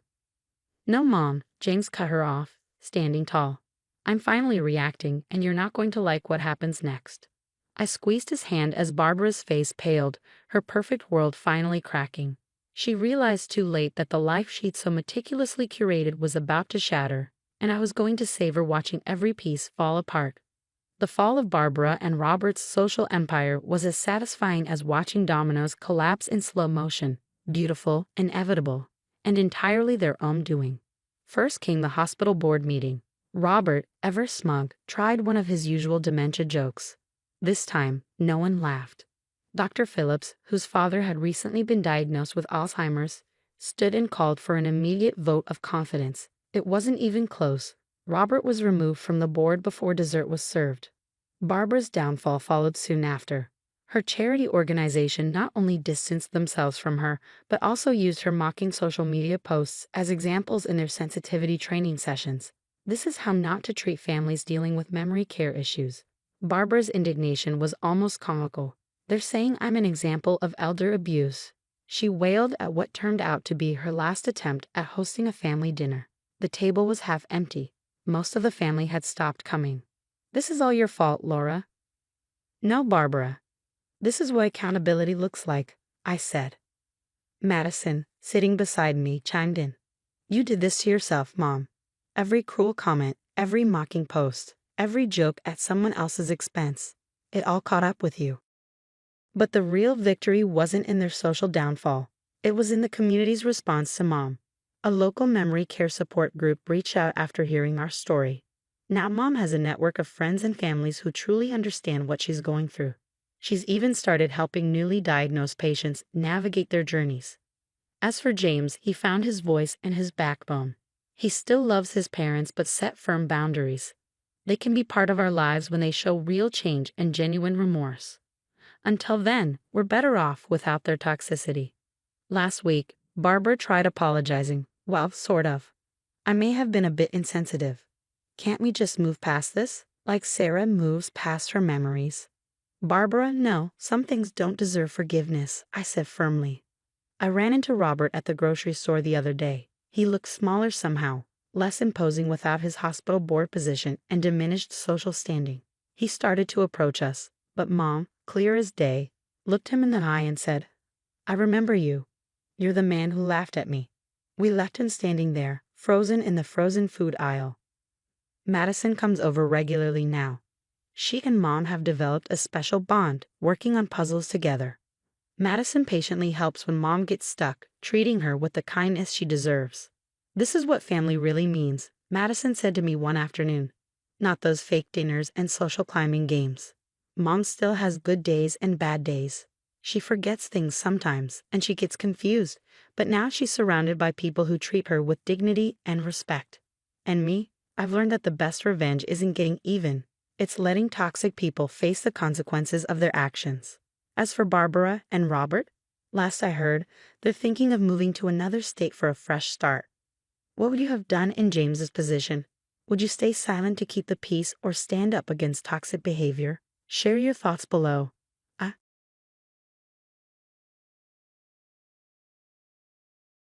Hi, I'm Olivia. You know how birthdays are supposed to be special? Well, mine turned into a nightmare that changed everything. I had just turned 28, and all I wanted was a simple dinner with my family to share some amazing news. Spoiler alert, my mother had other plans. "Really, Olivia? Marketing executive? That's going to take so much of your time," Mom said, her lips curling into that all too familiar frown of disapproval. She pushed her plate away, already ruining the mood at Lorenzo's, my favorite Italian restaurant. "Diana, let her finish," Dad said, adjusting his glasses nervously. Ever the peacekeeper, he meant well but never really stood up to her, not when it mattered. I'm really proud of you, sis, my younger brother Tommy said, flashing me a small smile.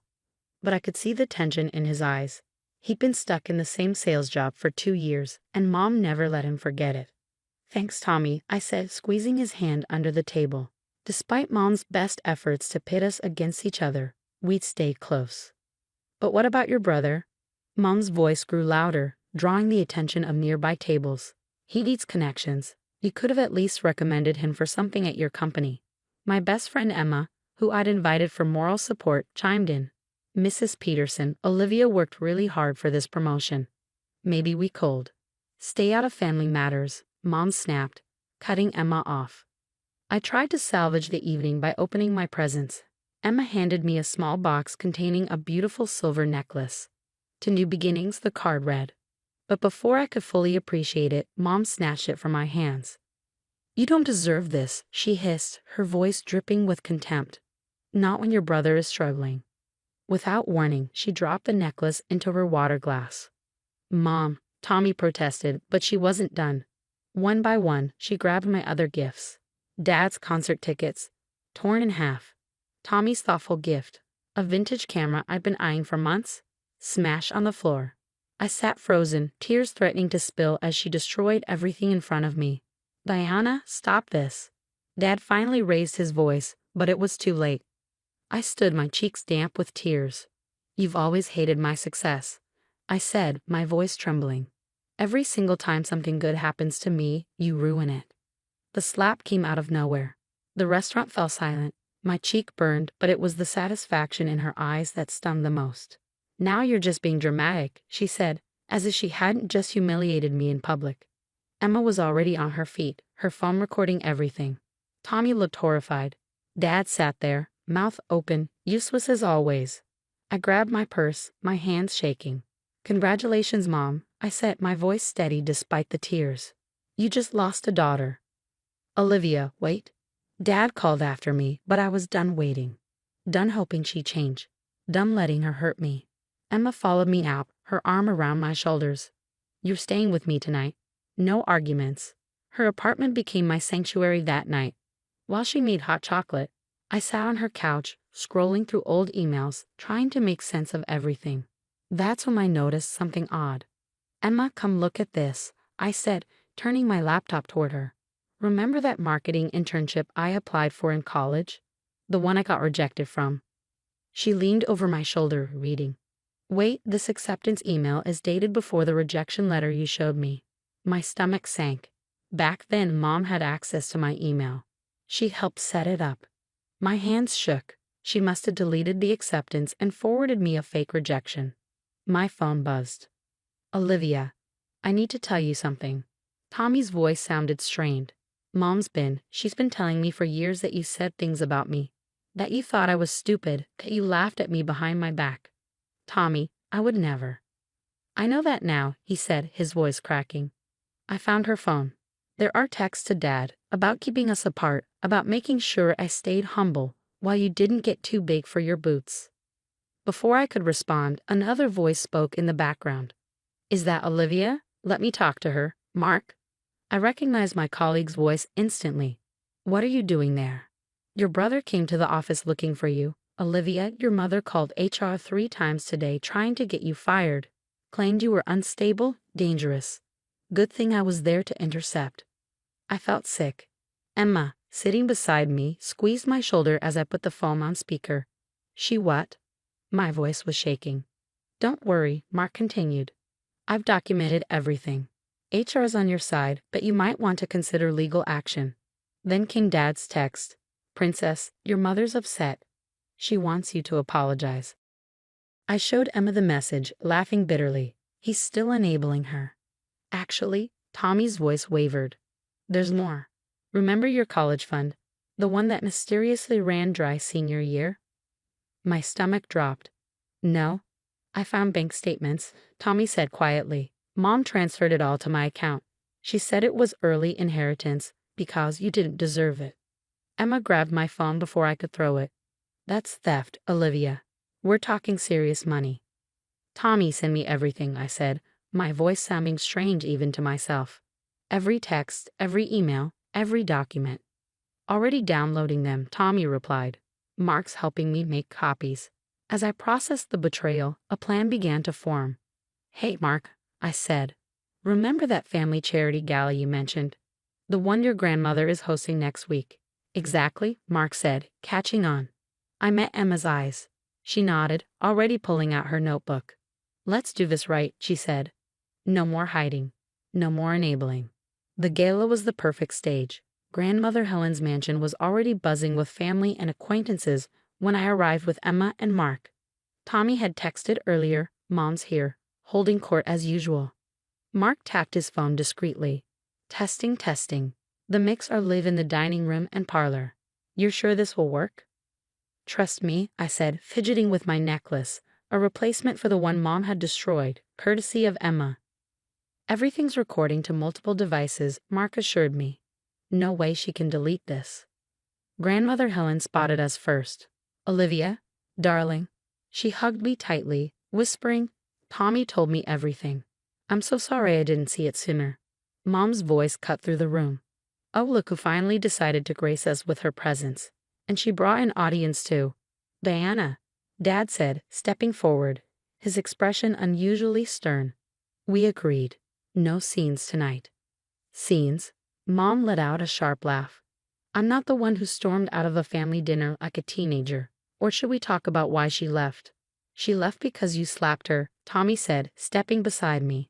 Or are we pretending that didn't happen? The room fell silent. Mom's smile faltered but quickly returned, wider and faker than ever. Tommy, sweetie, you know your sister has always been dramatic. Always competing with you, always trying to overshadow your achievements. My achievements? Tommy's voice rose. Like the job offers you hid from me? The training programs you said I wasn't good enough for. He glared at her. You sabotaged me. I was protecting you, Mom snapped. By lying about Olivia? Tommy shot back. By stealing her college fund. Mom's mask finally slipped. Everything I did was for you, both of you. No, I said, stepping forward. Everything you did was for yourself. Your control, your ego, your sick need to keep us down. How dare you? She lunged forward, hand raised, but Dad caught her wrist. Not again, Diana, he said firmly. For the first time, he stood between her and us. But the real shock came from behind me. Get out of my house. Grandmother Helen's voice was ice cold. Mother, you can't be serious, Mom stammered. Oh, I am, Helen said. And tomorrow, the Children's Charity Board will receive some very interesting recordings, along with proof of what you did to Olivia's college fund. Mom's face went white. You wouldn't dare. Try me, I said, pulling out my phone. I've got years of evidence. Every lie, every manipulation, every crime. Want to hear some greatest hits? The whole family's here, the perfect audience. You ungrateful little. She grabbed a glass of wine, flinging it toward me.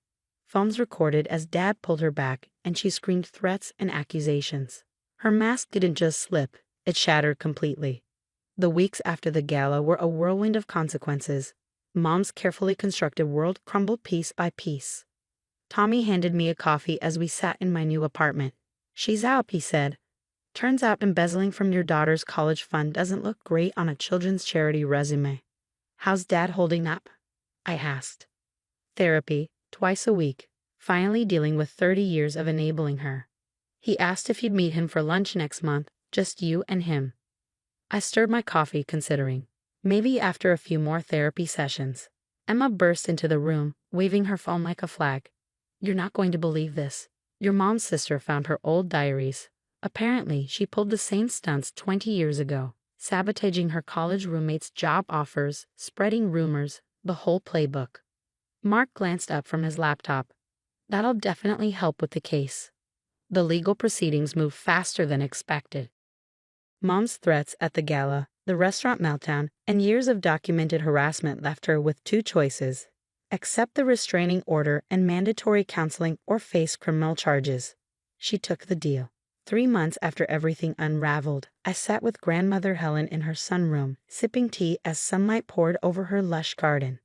Your father's filed for divorce, by the way, she said, as casually as if she were commenting on the weather. About time, if you ask me. Better late than never, I replied, watching butterflies flit among the flowers. "How's the new charity director working out?" she asked. "Tommy's doing amazing," I said with a smile. Her eyes twinkled. "Turns out he has quite a talent for nonprofit management. Who knew?" Well, besides everyone, except Mom. Tommy had finally found his calling.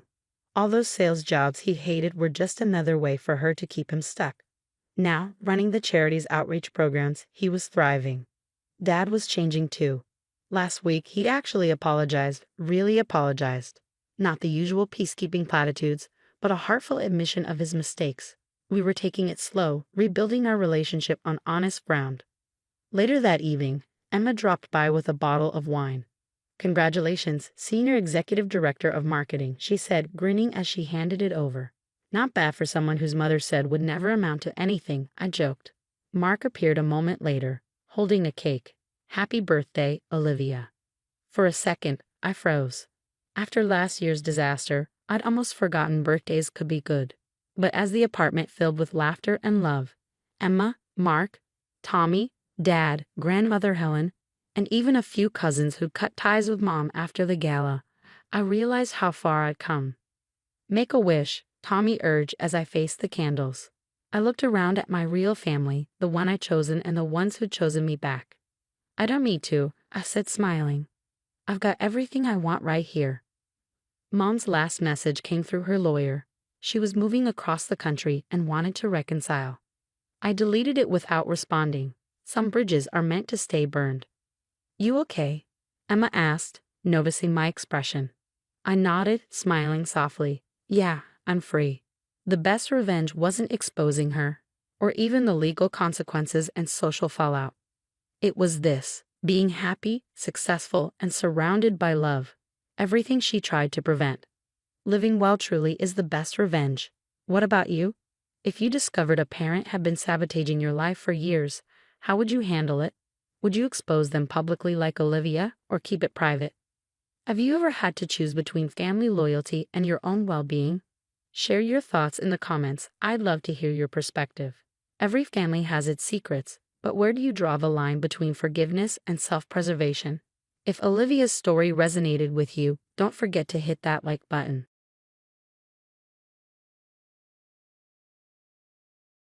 Hi, I'm Amanda. I need to share what happened after my ex-husband Derek's death because people deserve to know what his family is capable of. Even now, it feels unreal how quickly everything spiraled into chaos. I was finalizing a deal on a beautiful beachfront property when the call came. Derek had suffered a fatal heart attack. My first thought wasn't him, but our 8-year-old son Tommy, who was at school. Breaking the news to him was one of the hardest moments of my life. "But I just saw Daddy last weekend," Tommy whispered, clutching his stuffed bear. "He promised to take me fishing." "I know, baby," I said, holding him tightly as tears welled up. They weren't for Derek. Our marriage had ended 3 years ago when I caught him cheating. But for my son's heartbreak. My phone buzzed incessantly, mostly with messages from Derek's family. His mother, Barbara, the self-proclaimed queen of our town's social scene, was already planning an elaborate funeral. She never missed a chance to put on a show. That evening, over dinner, Tommy poked at his peas. "Mom, they're saying it's your fault." I froze. "Who's saying that?" "Aunt Nancy. I heard her talking to Uncle James at school pickup. They said mean things." My grip on the fork tightened. Nancy and James, Derek's siblings, had always despised me. They never thought I was worthy of their golden boy, even though I was the one who ended things after his betrayal. Later that night, my best friend and the sharpest lawyer in town, Sarah, called. "Amanda, you won't believe this. Barbara's been telling everyone you stressed Derek into a heart attack." "Are you serious?" I groaned. I barely spoke to him outside of Tommy's stuff. "She's on a warpath. James was at the country club spreading rumors that you were trying to squeeze more child support out of Derek before he died." I sank into the couch, exhausted. "That's ridiculous. I haven't even filed for modifications. I've been swamped with real estate." "Listen, the funeral's tomorrow," Sarah said. "Want me to come?" "Please," I sighed. "It's going to be a circus." And it was. Barbara arrived looking like she was accepting a Lifetime Achievement Award, with Nancy and James trailing behind her like loyal attack dogs. The funeral was barely over when Barbara announced that the will reading would take place immediately. Sarah leaned over and whispered, "She pushed for this. She's convinced everything's going to the family." As the lawyer read Derek's will, the room fell silent. As per Mr. Derek Mitchell's final wishes, the majority of his estate, including the family business shares and primary residence, will be held in trust for his son, Thomas Mitchell, until he reaches the age of 25. The silence lasted all of 2 seconds before the room erupted. "This is outrageous." Barbara's face turned scarlet. "He promised the company would stay in the family." "Tommy is family," I said firmly, keeping my voice steady. Nancy shot to her feet, knocking over her chair. "You manipulated him. You made him change it." "Derek made these changes 6 months ago, of his own free will," the lawyer said, adjusting his glasses calmly.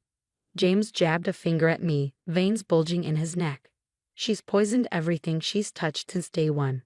This isn't over, Amanda." The chaos followed me home. Later that afternoon, while finalizing another deal, my phone exploded with notifications. My security system was going off like crazy. Sarah called before I could even check the footage. "Amanda, get home now. Your neighbor called me. Nancy and James broke into your house." My heart stopped. "Where's Tommy?" "He's okay," Sarah reassured me. "He's scared, but he's safe." Mrs. Peterson, our neighbor, heard the commotion and called the police. By the time I got home, after breaking every speed limit, police cars lined the driveway. Tommy ran to me the moment I stepped out of my car, tears streaming down his face. Mom, Aunt Nancy, and Uncle James came through the back door. They were yelling and throwing stuff. Officer Martinez approached, his notebook in hand. "Ma'am, your son was upstairs when the suspects entered. He had the presence of mind to hide in a closet and call your neighbor. Smart kid." I hugged Tommy tightly, my heart pounding. "Did you catch them?" "They fled when they heard the sirens," Martinez explained, motioning to my doorbell camera. "But your footage is clear, and your security system caught them breaking the back door lock." As I reviewed the footage with the officers, Sarah arrived. There they were, Nancy and James, breaking into my home, their actions and words captured in horrifying detail. "Find the will."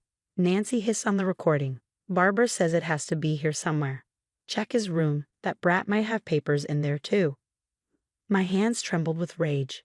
"I want to press charges." "Already working on it," Sarah said, placing a firm hand on my shoulder. "They crossed a line, Amanda, breaking and entering, endangering a minor. They're not walking away from this." That night, as I held Tommy while he finally fell asleep, my phone buzzed with a text from Barbara. "You brought this on yourself." I took a deep breath and called Officer Martinez. Time to show them who they're messing with. The rumors started the next day. Barbara was working overtime, spreading lies about me. My phone stopped ringing at work. Clients canceled appointments, and people whispered when I walked into the grocery store. Sarah stormed into my office, waving her tablet. "You need to see this.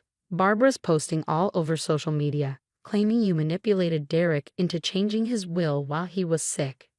"But Derek wasn't sick. He had a sudden heart attack." "Exactly," Sarah said, handing me a stack of documents. "And look at this. Derek's family tried to sabotage you during the divorce. They filed complaints to get your real estate license revoked." My coffee turned cold in my hands as I read through the evidence. I had no idea. Sarah flipped to another page. "And the family business, practically bankrupt. They've been hiding it for months. Derek knew. That's why he protected Tommy's inheritance with a trust." Before I could respond, my computer pinged with an email from Tommy's school. My stomach dropped. Nancy had shown up at his lunch break, telling him I was stealing his dad's money and that his grandma misses him so much and just wants to talk. "She violated the restraining order," Sarah muttered, scribbling in her notepad. "What did Tommy do?" "He ran to the principal's office," I said, pride and worry mixing in my chest. "Smart kid." Sarah's phone buzzed. My contact at the bank came through. "Want to know why they're so desperate? The family's been taking out loans against the company for years. They're millions in debt." I pulled out my own files. I've been documenting everything: the break-in, the threats, Barbara's posts, recordings of their calls. Sarah grinned. "Perfect. And get this, 3 other people have come forward about Barbara blackmailing them in the past. The DA is very interested." My phone buzzed again. "Tommy misses his real family," Stop poisoning him against us. Sarah smirked. They're getting sloppy. The more they harass you, the stronger our case gets. Hours later, we had a mountain of evidence, financial records, harassment documentation, witness statements. But Sarah warned, they're going to crash hard, Amanda. People like this always do. We just need to protect Tommy from the fallout. She gestured to my phone. Did you see today's post? Barbara had shared photos of Derek and Tommy, claiming I was erasing their family bond. More evidence, Sarah said with a grim smile. You know what gets me? Derek tried to warn them. Look at this, notes from his last board meeting. He knew they were running the company into the ground. I stared at the growing stack of evidence on my desk. So, what's our next step? We let them dig their own grave, Sarah replied. The DI is ready to move on the breaking and entering charges. Once that hits the news, others will come forward. Barbara's house of cards is about to collapse. The next morning, I drove to the courthouse, my mind racing. Reporters packed the steps, cameras flashing as the story of the prominent Mitchell family's downfall spread like wildfire. Inside, Nancy and James sat at the defendant's table, their smugness gone. They looked nothing like the arrogant pair who had broken into my home. This wasn't just justice, it was a reckoning. The defendants knowingly violated a restraining order, broke into my home, and endangered a minor child. The state sought the maximum penalties, and the evidence was undeniable. In the courtroom, the security footage played on massive screens, showing Nancy and James ransacking my house while Tommy hid upstairs. The audio captured their chilling voices plotting to find and destroy Derek's will. Their pale faces betrayed their panic as the judge listened intently. 2 years, Sarah whispered as the judge handed down the sentence, plus 5 years probation and strict no-contact orders. But the courtroom drama wasn't the only bombshell of the day. Across town, Barbara's business partners stormed into her office, armed with evidence of financial misconduct. She had been forging documents and moving money to cover the family's spiraling debts. By sunset, she was voted out of her own company. Later, my neighbor texted me photos from the country club. Barbara had shown up for her usual lunch, only to be turned away. They'd revoked her membership. When she caused a scene, security had to escort her out. That evening, Tommy and I settled into our new home on the other side of town. The security system was state-of-the-art, and our neighbors knew nothing about the Mitchell scandal. Mom, is Grandma Barbara going to jail too? Tommy asked over a slice of pepperoni pizza. No, honey, but she lost her company and all her friends. Sometimes that's an even worse punishment. Good, Tommy said firmly. She was mean to you. Dad wouldn't have liked that. The local news couldn't get enough of the Mitchell family's downfall. Barbara, once the queen of high society, was now a pariah. Her former business partners unearthed years of fraud, and the DA began building a civil case. Meanwhile, Nancy and James were headed to prison. Sarah called with updates almost daily. You'll love this. Remember those people Barbara blackmailed? They're all filing lawsuits. She'll be in court until she's 90. 3 months later, life felt completely different. I closed on my biggest property sale yet, and my real estate business was thriving. People loved an underdog success story. Tommy was flourishing at his new school, making friends who liked him for who he was, not for his family name. Through the grapevine, I heard that Barbara had to sell her mansion. Nancy and James, on the other hand, were sharing cells in separate facilities. The once mighty Mitchell family had been undone by their own greed and spite. One evening, Tommy found an old photo of Derek. Dad protected us, didn't he? That's why he changed his will. Yeah, buddy, I said, my voice soft. He did one thing right. As I tucked Tommy into bed that night, a final text popped up on my phone. The sender was an unknown number. Barbara. She was apologizing and begging to see Tommy. I stared at the screen for a moment before blocking the number without replying. Some bridges aren't meant to be rebuilt. Looking out at our backyard, I imagined Tommy practicing baseball tomorrow. I smiled to myself. We hadn't just survived the Mitchell's onslaught. We thrived despite it. And that, I realized, was the best revenge of all. What would you have done in my shoes? Would you have given Barbara a chance to apologize to Tommy, or was I right to keep that door firmly closed? Some people say kids should know their grandparents, but others believe toxic family members should stay gone for good. Share your thoughts in the comments. I'd love to hear your perspective. If you enjoyed my story of standing up to manipulation and protecting my son, please like this video and subscribe for more real-life stories that make you think. Sometimes the hardest battles are fought right at home.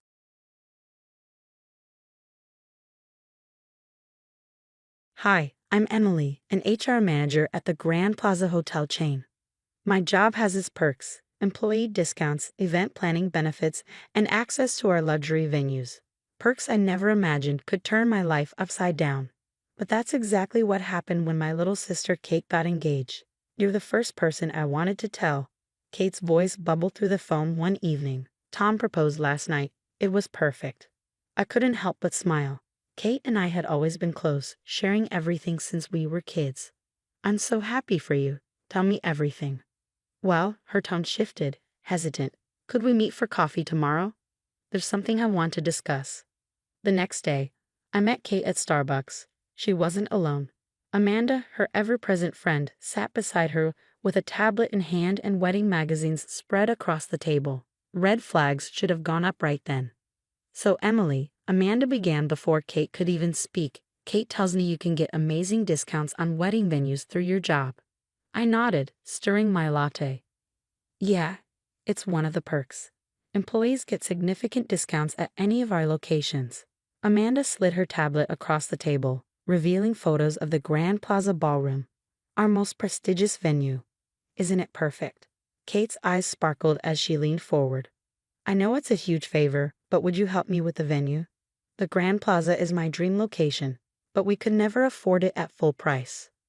Of course I'll help, I said, the words spilling out before I could think. You're my sister. Later that day, my coworker Sarah raised an eyebrow when I mentioned it. Be careful with wedding favors, Emily, even with family. Kate's different, I assured her. We've always had each other's backs. If only I had listened. I threw myself into helping Kate plan her perfect day. Tom, her fiancé, seemed oddly quiet about the whole thing, but I assumed he was just letting Kate have her moment. I even got my director's approval to use my employee benefits, everything completely above board. Looking back, I should have noticed the signs. Amanda was always there, whispering in Kate's ear. Kate's requests grew more demanding with each passing week, but I was too busy being the perfect big sister to see the cracks forming. As the wedding day approached, things spiraled out of control. Small requests turned into extravagant demands. The original menu isn't good enough anymore, I asked during yet another planning meeting. Amanda interjected before Kate could respond. Seafood. Premium options. It's what they served at my cousin's wedding. Kate didn't even glance up from her phone. We need the upgrade. You can make that happen, right? Every time I hesitated, Amanda would chime in, her voice sugary sweet. Come on, Emily. It's your sister's special day. Don't you want it to be perfect? One evening during a venue walkthrough, Tom pulled me aside. Emily, there's something you need to know about. There you are. Amanda's voice cut through the air as she appeared, linking arms with Kate. We need to discuss the honeymoon suite upgrade. Tom shot me a worried look but fell silent as Kate dragged him away. I should have pressed him to finish that conversation. On the morning of the wedding, Kate demanded the presidential suite for her preparations, despite the bridal suite we'd already reserved. By the time the ceremony started, I was running on fumes from handling one crisis after another. During the reception, Kate clanked her glass to signal the speeches. My stomach tightened when Amanda grabbed the microphone. I'd like to thank everyone who made this magical day possible. Amanda's voice dripped with sweetness as she addressed the crowd, a sly smile playing on her lips. Especially Emily, who so generously used her employee benefits. She leaned in conspiratorially, stage whispering. Though between us, I'm not sure all of it was exactly company approved. Awkward laughter rippled through the room. My face burned as I tried to process what she just said. Kate joined in, her tone light and playful. Well, what are big sisters for, right? Though maybe next time, Emily, check what's actually covered before making promises. My phone buzzed, cutting through the humiliation. An urgent email from HR flashed on the screen. Subject: Immediate investigation. Benefit fraud allegations. Stumbling to the bathroom, I felt the walls closing in. I was hyperventilating when Sarah found me. Emily, she said, her voice low. Corporate received a formal complaint about fraudulent use of employee benefits. They've suspended your access while they investigate. Whoa, the realization hit like a punch to the gut. Kate, she filed it, didn't she? Sarah's grim expression was all the confirmation I needed. The complaint came in last week, from both Kate and Amanda. I stumbled back into the ballroom, barely able to breathe. Across the room, Kate and Amanda stood by the cake, giggling and taking selfies, oblivious to the wreckage they'd left behind. Kate beamed when she saw me, her smile as radiant as ever. Oh, by the way, she chirped, Amanda's uncle is a director at Grand Plaza's corporate office. He was very interested in hearing about our little benefit arrangement. The room spun as the pieces clicked into place. This wasn't an accident. This had been their plan all along, to use me, twist the narrative, and leave me to bear the consequences. My sister, the person I'd moved mountains to help, had betrayed me. But as I watched them laugh, something inside me hardened. If they wanted to play games, fine. Game on. 3 days. That's how long I was suspended while corporate investigated. My hands trembled as I stared at my locked computer screen. Sarah popped her head into my office. Remember those screenshots I told you to take of Kate's requests? Time to use them. I nodded, pulling out my phone and scrolling through months of texts and emails. Here's one, I said, pointing to a message. Kate specifically asked me to check with corporate about using my benefits, and here's their approval. Got something better, Sarah said, placing a USB drive on my desk. Security footage. It's from your venue meetings, including the one where Amanda practically dictated the complaint. Before I could respond, my phone buzzed. It was Tom. Emily, he said, his voice heavy. We need to talk. Not over the phone. Can you meet me? An hour later, at a coffee shop far from the hotel, Tom slid a folder across the table. Kate left these at our apartment, he said quietly. Text messages between her and Amanda. They go back 6 months. I flipped through the pages, my blood running cold. 3 other venues. 3 other employees who lost their jobs because of them. Tom nodded. There's more. He hesitated, his voice pained. Amanda's uncle isn't a corporate director. That was a lie to scare you. But they are threatening to go public with fraud allegations unless the hotel gives them a full refund. Why are you showing me this? Because I'm done watching them destroy people. He sighed. Kate, she's not the person I thought I was marrying. I've already filed for an annulment. Back at the office, Sarah and I worked late into the night. She pulled records of Amanda's past events at other hotels while I gathered statements from vendors who'd witnessed Kate and Amanda's manipulations. Look at this, Sarah said, pointing to her screen. Amanda's previous complaints all followed the same pattern. Find someone to help, claim they offered unauthorized discounts, then threaten to go public unless they get a refund.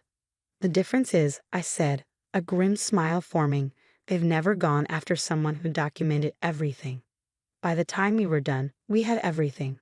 Security footage showing Amanda coaching Kate on how to frame the complaint. Email threads proving corporate had approved all benefits. Witness statements from hotel staff. My phone buzzed. An email from Tom. Attached were audio recordings. Got it, I said, listening to a drunken Kate bragging about the scam at their honeymoon resort. Sarah grinned. Corporate's going to love this. The corporate boardroom fell silent as I finished my presentation. Every piece of evidence was laid out before them. Director Thompson leaned forward, his gaze sharp. Let me be clear, he said, his voice measured. Not only did you have proper authorization for every benefit, but this scheme was malicious and calculated. But you're saying Miss Amanda Chen has orchestrated similar schemes at other hotels? Director Thompson asked, his tone sharp with disbelief. Yes, sir, I replied, clicking to the final slide. These are statements from 3 other venues where Amanda and her associates filed nearly identical complaints. Each time, they targeted employees who assisted with events and demanded refunds under the threat of bad publicity. Sarah clicked to the next file, and Kate's slurred voice filled the room. It was so easy. Amanda's done this like 4 times. Emily's just the first family member stupid enough to fall for it. The executive panel exchanged knowing glances. Director Thompson straightened. Miss Russell, we owe you an apology. Not only are you cleared of all allegations, but we'd like to offer you a promotion. Your attention to detail is exactly what we need in our corporate events division. Later that afternoon, my office phone rang.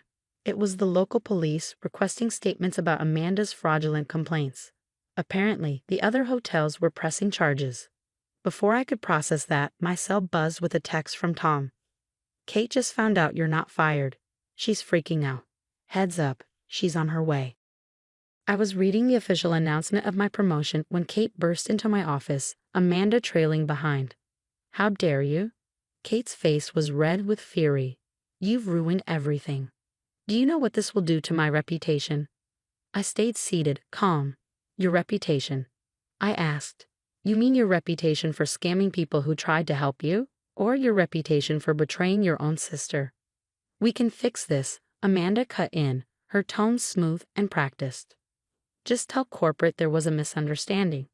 Like you fixed it at the Grand Marquis or the Plaza downtown. I leaned back, watching their faces pale. Those venues send their regards, by the way. They're very interested in speaking with you both. Emily, please. Kate's voice cracked, desperation seeping through. I was stupid. You're my sister. I stood meeting her eyes. No, Kate. A sister wouldn't set me up for fraud. A sister wouldn't try to destroy my career for a refund scam. You're not my sister anymore. You're just another person who tried to take advantage of me and failed. Security arrived, escorting them out as I watched through the glass. Kate was crying, while Amanda frantically made phone calls. Sarah appeared, carrying 2 coffee cups. Just heard Amanda's real uncle. She smirked. Not the fake corporate director. Kicked her out of the family business. Apparently, he doesn't appreciate her using his company's name in her schemes. And Kate. Tom's lawyer is having a field day with the evidence. Between the annulment and potential fraud charges, she shrugged. Let's just say her dream wedding turned into a nightmare. I glanced at my new office nameplate, Director of Corporate Events. You know what the best revenge is, Sarah? I asked, sipping my coffee. What's that? Success. And making sure they'd never hurt anyone else again. Through the window, I watched Kate and Amanda leave the building, heads down and defeated. They thought I was an easy target, someone they could manipulate and discard. Instead, they learned an important lesson. Sometimes the people you underestimate are the ones you should fear the most. What would you do if you discovered your closest sibling had been plotting against you for months? Was Emily right to cut ties completely, or should family always get a second chance? Share your thoughts in the comments below.